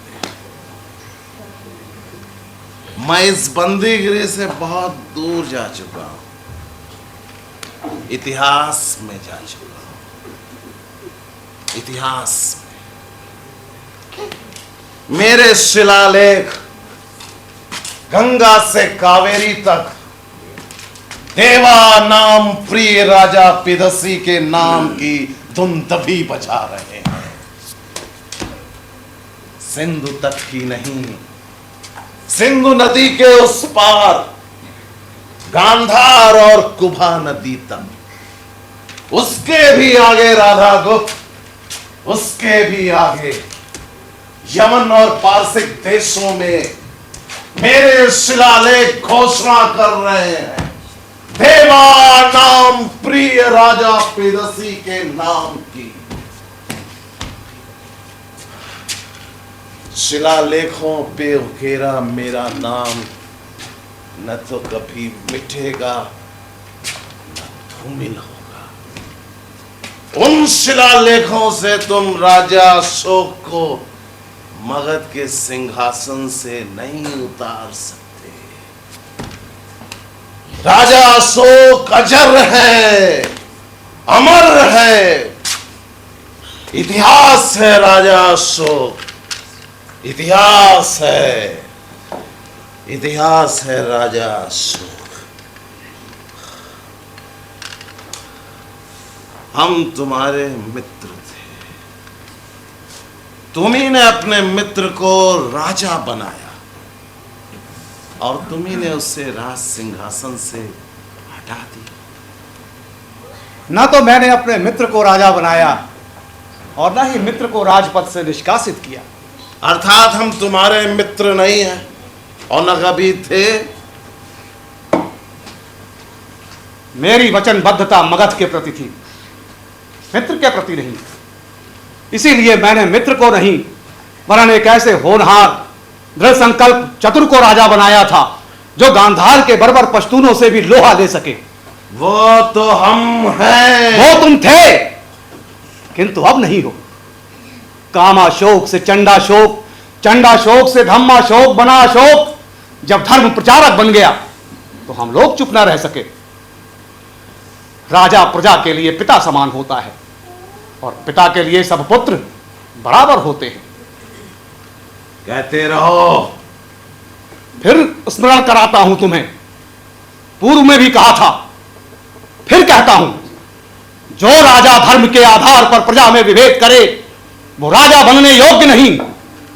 हमारे लिए तो हमारी सारी प्रजा हमारे संतान की तरह है राजा गुप्त। ऐसा शिलालेख में लिखा है। केवल शिलालेख में। बढ़ती आयु के साथ तुम्हारे लिए तुम्हारी प्रजा में केवल धम्म और संघ था। वैदिक, जैन, आजीवक तथा शेष अन्य तो तुम्हें दिखाई ही नहीं पड़ते थे। इसीलिए राज्य का धन तुम दोनों हाथों से धम्म और संघ के प्रचार में लुटाने लगे। तुमने राजधन से 84,000 स्तूपों और विहारों के निर्माण के आदेश दिए। देश विदेश में उनके निर्माण होने लगे। राजकोष रिक्त हो गया। पूरे मगध राज में सड़कें और नहरें टूटी पड़ी हैं। किसानों के खेतों में पानी नहीं पहुंचा। अकाल पड़ने लगे। भूखे किसानों ने विद्रोह किए, वो नगरों को लूटने लगे, और तुम इन सब से आंखें मूंदे अनजान बने रहे। मैंने तुम्हें राजा बनाया था, और तुम राजधर्म भूलकर धर्म पुरोहित बन गए। अशोक, पुरोहित को शासन का अधिकार नहीं होता।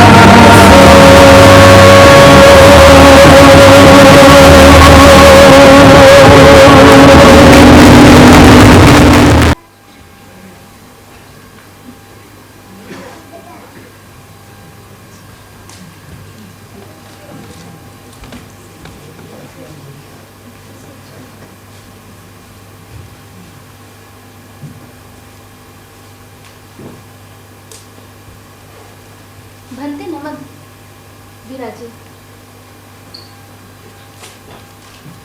बंधु महाराज, बंधु महाराज यहीं कहीं होंगे, कारणवश कहीं चले गए हैं, आते ही होंगे। आप विराजिए। सुनो दासी जी। कैसे कटते हैं उनके दिन और रात? वो प्रायः चुप रहते हैं। चिंता में कभी कभी वह पूरे कक्ष में व्यग्र से घूमते हैं, मंडराते हैं, जैसे शेर कटघरे में घूमता है, कुछ वैसे ही। हाँ, कभी कभी बात करते हैं। किससे? हम लोगों को भी यही जिज्ञासा हुई, यहाँ कोई बाहरी व्यक्ति कैसे आ सकता है इतने कठोर पहरे में। इसलिए हम लोगों ने छुप कर देखा, वहाँ कोई नहीं था। महाराज शून्य से बातें करते हैं, बात करते करते उत्तेजित हो जाते हैं, ऊंचे स्वर में गरजने लगते हैं, पहले के समान राजा की तरह। महाराज आ गए, मुझे आज्ञा दे भंते।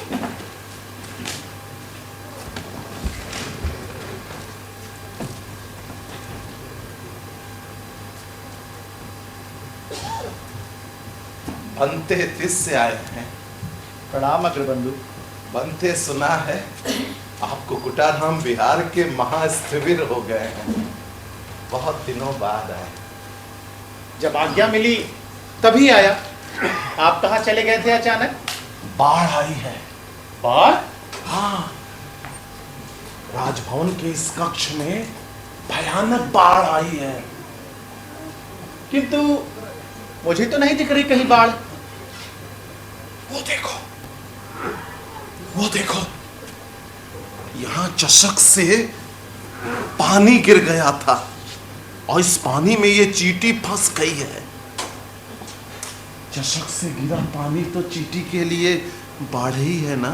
सत्य है बंधु महाराज। हाँ, ये चींटी कब से निकलने के लिए हाथ पैर मार रही है। हमने सोचा कदाचित इसे हम बचा लें।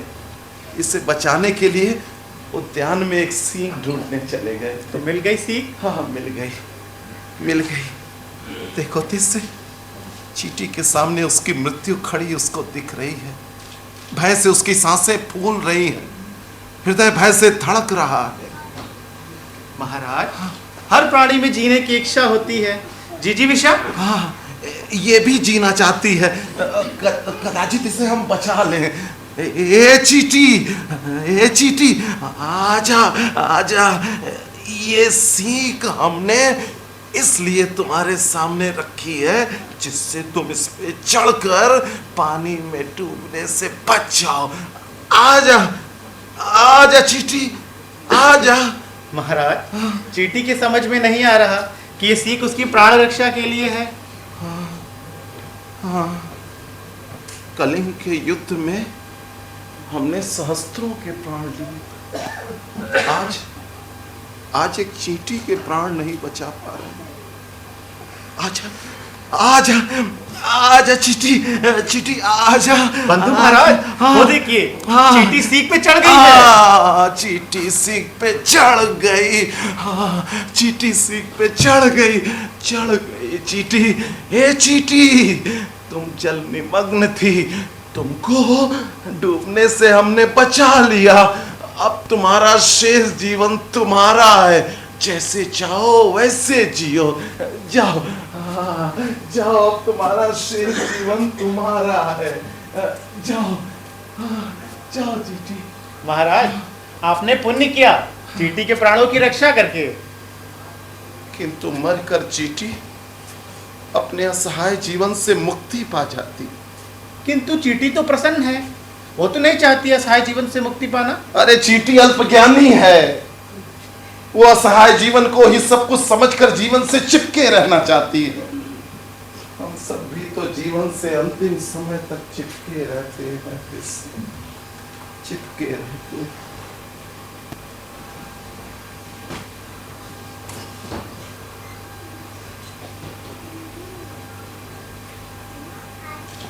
महाराज की जय।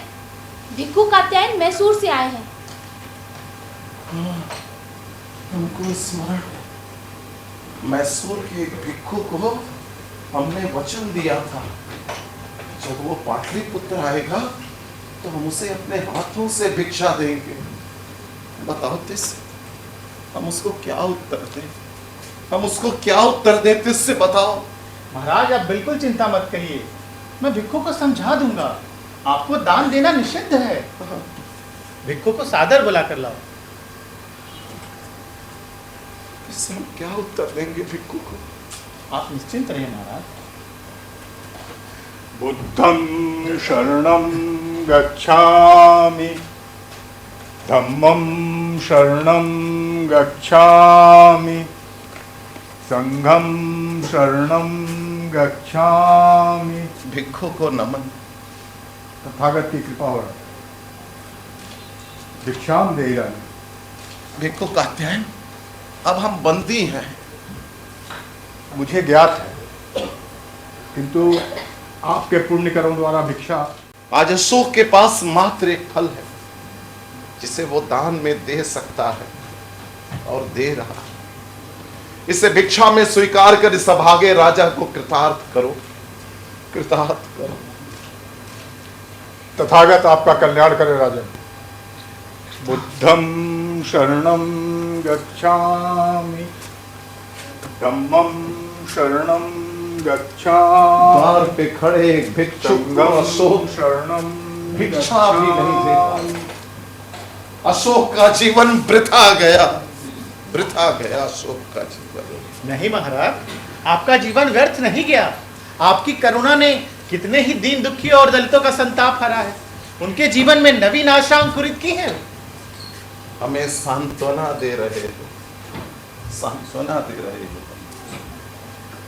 हमने 84 सहस्त्र स्तूपों का निर्माण किया। इससे वैदिक जंग रुष्ट है। बौद्ध जन इसलिए रुष्ट हैं कि उन शिलालेखों पर श्रमणों के साथ ब्राह्मणों को भी सम्मानित करने का आदेश दिया और दोनों ने मिलकर हमें राजपाट से हटा दिया। अरे क्यों किया हमने अभिधर्म का प्रचार? क्यों किया हमने अभिधर्म का प्रचार? क्योंकि अब धम्माशोक है। अरे नहीं हम धम्माशोक, नहीं हम चंडाशोक या कामाशोक। हम अशोक, केवल अशोक, जिसकी माता धर्मा को पिता बिंदुसार ने निष्कासित करके एकांतवास दे दिया। हमारी माता को अपने पिता से जो सम्मान और साहचर्य नहीं मिला, वो हमारे यहाँ देवी को देना चाहते। देवी हमारे जीवन की प्रथम प्रेम थी और अंतिम। देवी को हम ढूंढते रहे इस उस नारी में, लेकिन वो मुझे नहीं मिली। वो क्यों नहीं आई हमारे साथ पाटलिपुत्र? बोलो तिस, वो क्यों नहीं आई हमारे साथ पाटलिपुत्र? बोलो तिस, वो क्यों नहीं आई? महाराज धैर्य रखिए। क्यों नहीं आई? हम तिस, देवी आ गई, देवी आ गई तिस। हाँ महाराज, देवी, वो देखो, देवी आ गई तिस। वो कभी कभी आती है, जब हम बुलाते हैं आ जाती है और हमसे बातें भी करती है। आपसे बातें करती है? हाँ, वो देखो, वो देखो, वो देखो तिस। किंतु महाराज मुझे तो कुछ भी नहीं दिखाई दे रहा। देवी आ गई तिस, देवी आ गई। देवी, देवी, हम बहुत अकेले हो गए हैं, बहुत अकेले हो गए। बहुत याद आते हैं वो दिन जब महिंद और संगमित्रा हमारे कंधों पे बैठ जाते और घोषणा करते हम सबसे बड़े, हम सबसे बड़े। और कभी कभी देवी वो हमें घोड़ा बना लेते और हमारी पीठ पर बैठ जाते और से किलकारियां मारते थे और तुम चुपचाप कौतुक से हमें निहारती। तुम्हारे होठों पे संतोष और तृप्ति की स्मृति। देवी, तुम क्यों नहीं आई हमारे साथ? तुम्हारे बिना हम अधूरे हैं देवी, तुम क्यों नहीं आई?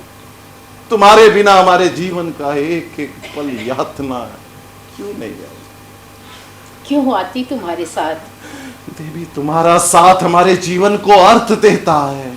तुम्हारे जीवन को अर्थ देने के लिए स्त्रियों की भीड़ थी। देवी, उन सब में हम तुम्ही को ढूंढते रहे।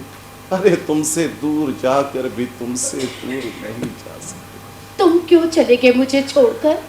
हम विवश थे, विवश थे। देवी और पाटलिपुत्र में से तुमने चुना पाटलिपुत्र और देवी को छोड़कर चले गए। देवी, समझने का प्रयास करो, प्रयास करो समझने का। हम विवश थे, जीवन हमें चुनौती दे रहा था। पुरुष के जीवन में ऐसे बिरले क्षण भाग्य से आते हैं जब अपने बाहुबल से अपनी शक्ति पताका फहरा सके, मान सम्मान यश प्रभुता सत्ता अपनी मुट्ठी में कर सके। अपनी मुट्ठी खोलो अशोक, अपनी मुट्ठी खोलो।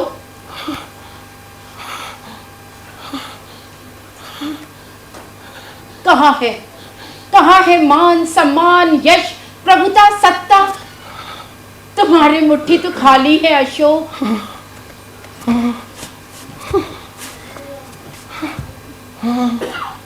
देवी मत जाओ, देवी मत जाओ, देवी मत जाओ, देवी रुक जाओ।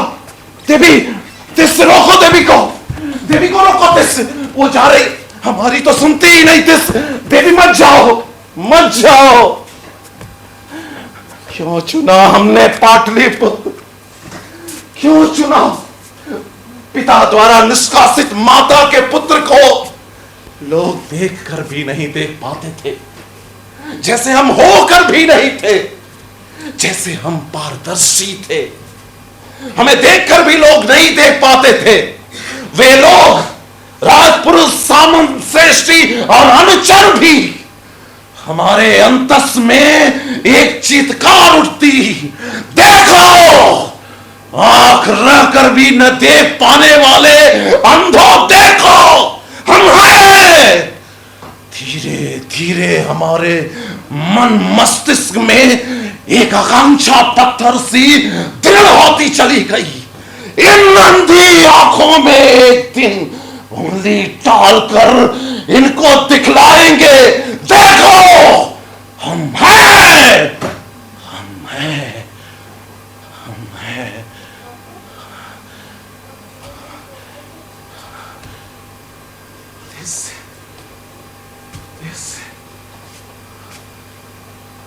हम कुरूप जन्मे, इसमें हमारा क्या दोष? इसमें हमारा क्या दोष? हम कुरूप जन्मे नहीं महाराज, हम और सुशील समवयस्क थे, साथ साथ खेलने जाते थे। अक्सर लोग हमें देखकर कहते, सुशील कितना सुंदर है। हमें लगता जैसे लोग कह रहे हैं कि अशोक कितना कुरूप है। हम सुसीम की सुंदरता से घृणा करने लगे, हम सुसीम से घृणा करने लगे। सुसीम, सुसीम, सुसीम। हमारे जीवन का एक लक्ष्य था, सुसीम का पराभव, सुसीम का पराभव।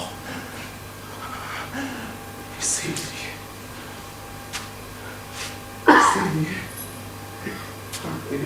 छोड़ यहां चले आए, किंतु यहां भी आकर हम पराजित हो गए, जीवन से पराजित हो गए। नहीं महाराज, आप पराजित नहीं हुए हैं, आपने पूरे विश्व पर भव्य विजय प्राप्त की है। अब हमारे ध्यान का समय हो गया, हमें पता ही नहीं चला। धीरे धीरे संध्या की लालिमा कब फैली और अंधियारा छा गया, हमारे लौटने की बेला आ गई।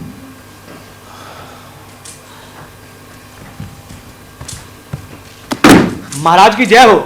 महाराज, आपके यात्रा के लिए रथ आ गए हैं, सारा प्रबंध समुचित है, आपको असुविधा कोई नहीं होगी।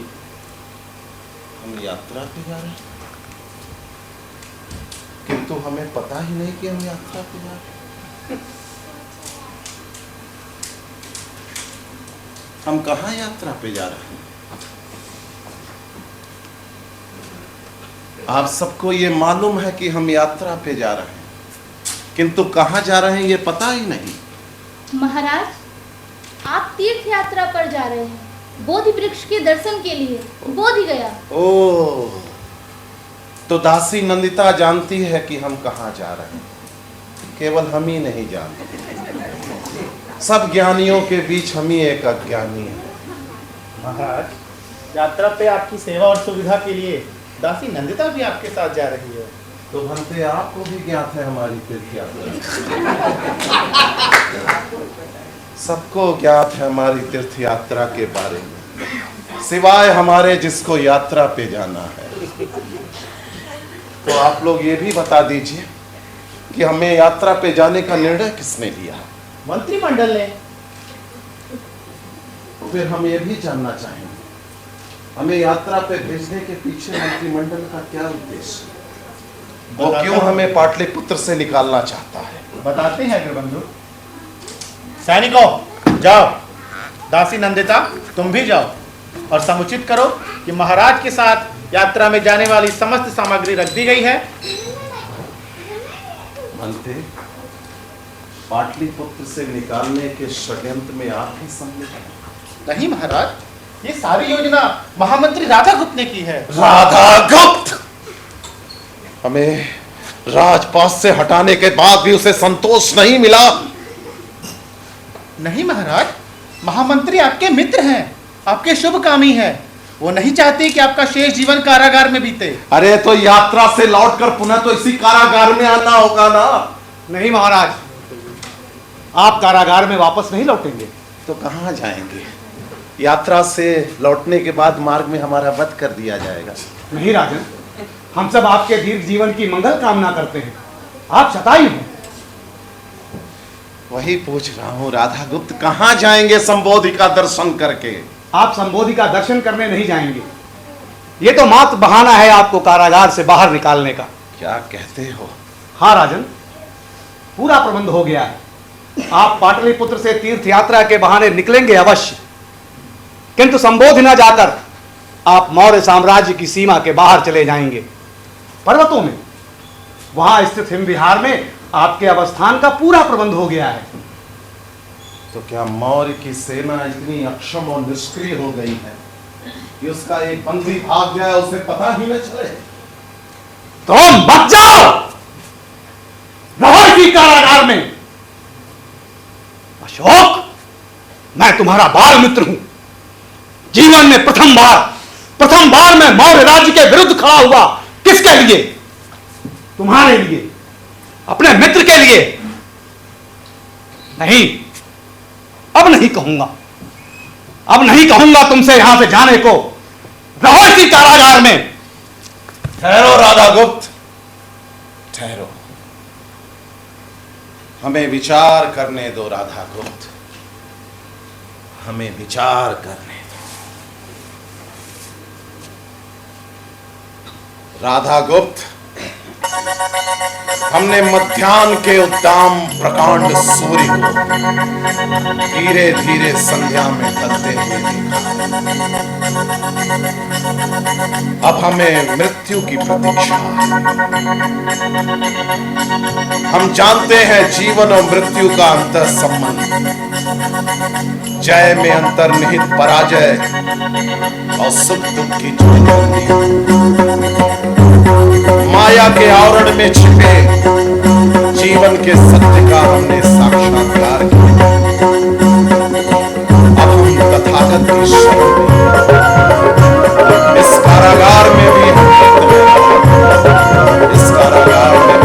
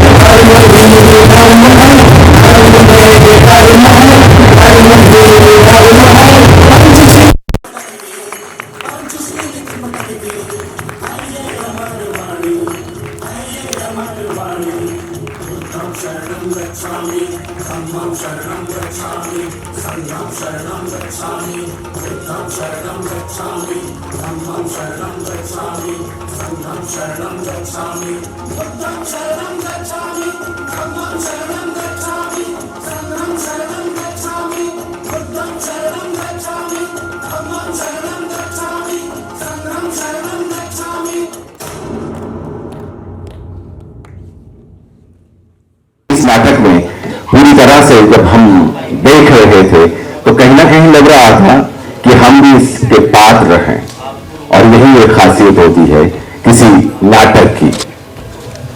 और अब हम आगे बढ़ते हैं और हमारा अनुरोध रहेगा आज के समारोह के मुख्य अतिथि मिस्टर राजन दत्त से कि वो मंच पर आए और नाटक के बारे में कुछ कहें।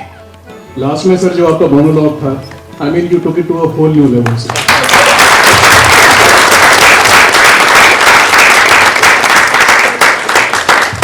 सिविल सर्विसेज की जब मैंने तैयारी की थी तो हिस्ट्री मेरा एक सब्जेक्ट था और सम्राट अशोक और उनका जीवन चिंतन एक उसका बहुत बड़ा एक भाग है। आज मैंने उसको अपने समय जीवन होते हुए देखा। Each one of you is worth your weight in gold. Excellent performances, ये प्रोफेशनल से दूसरे लेवल पर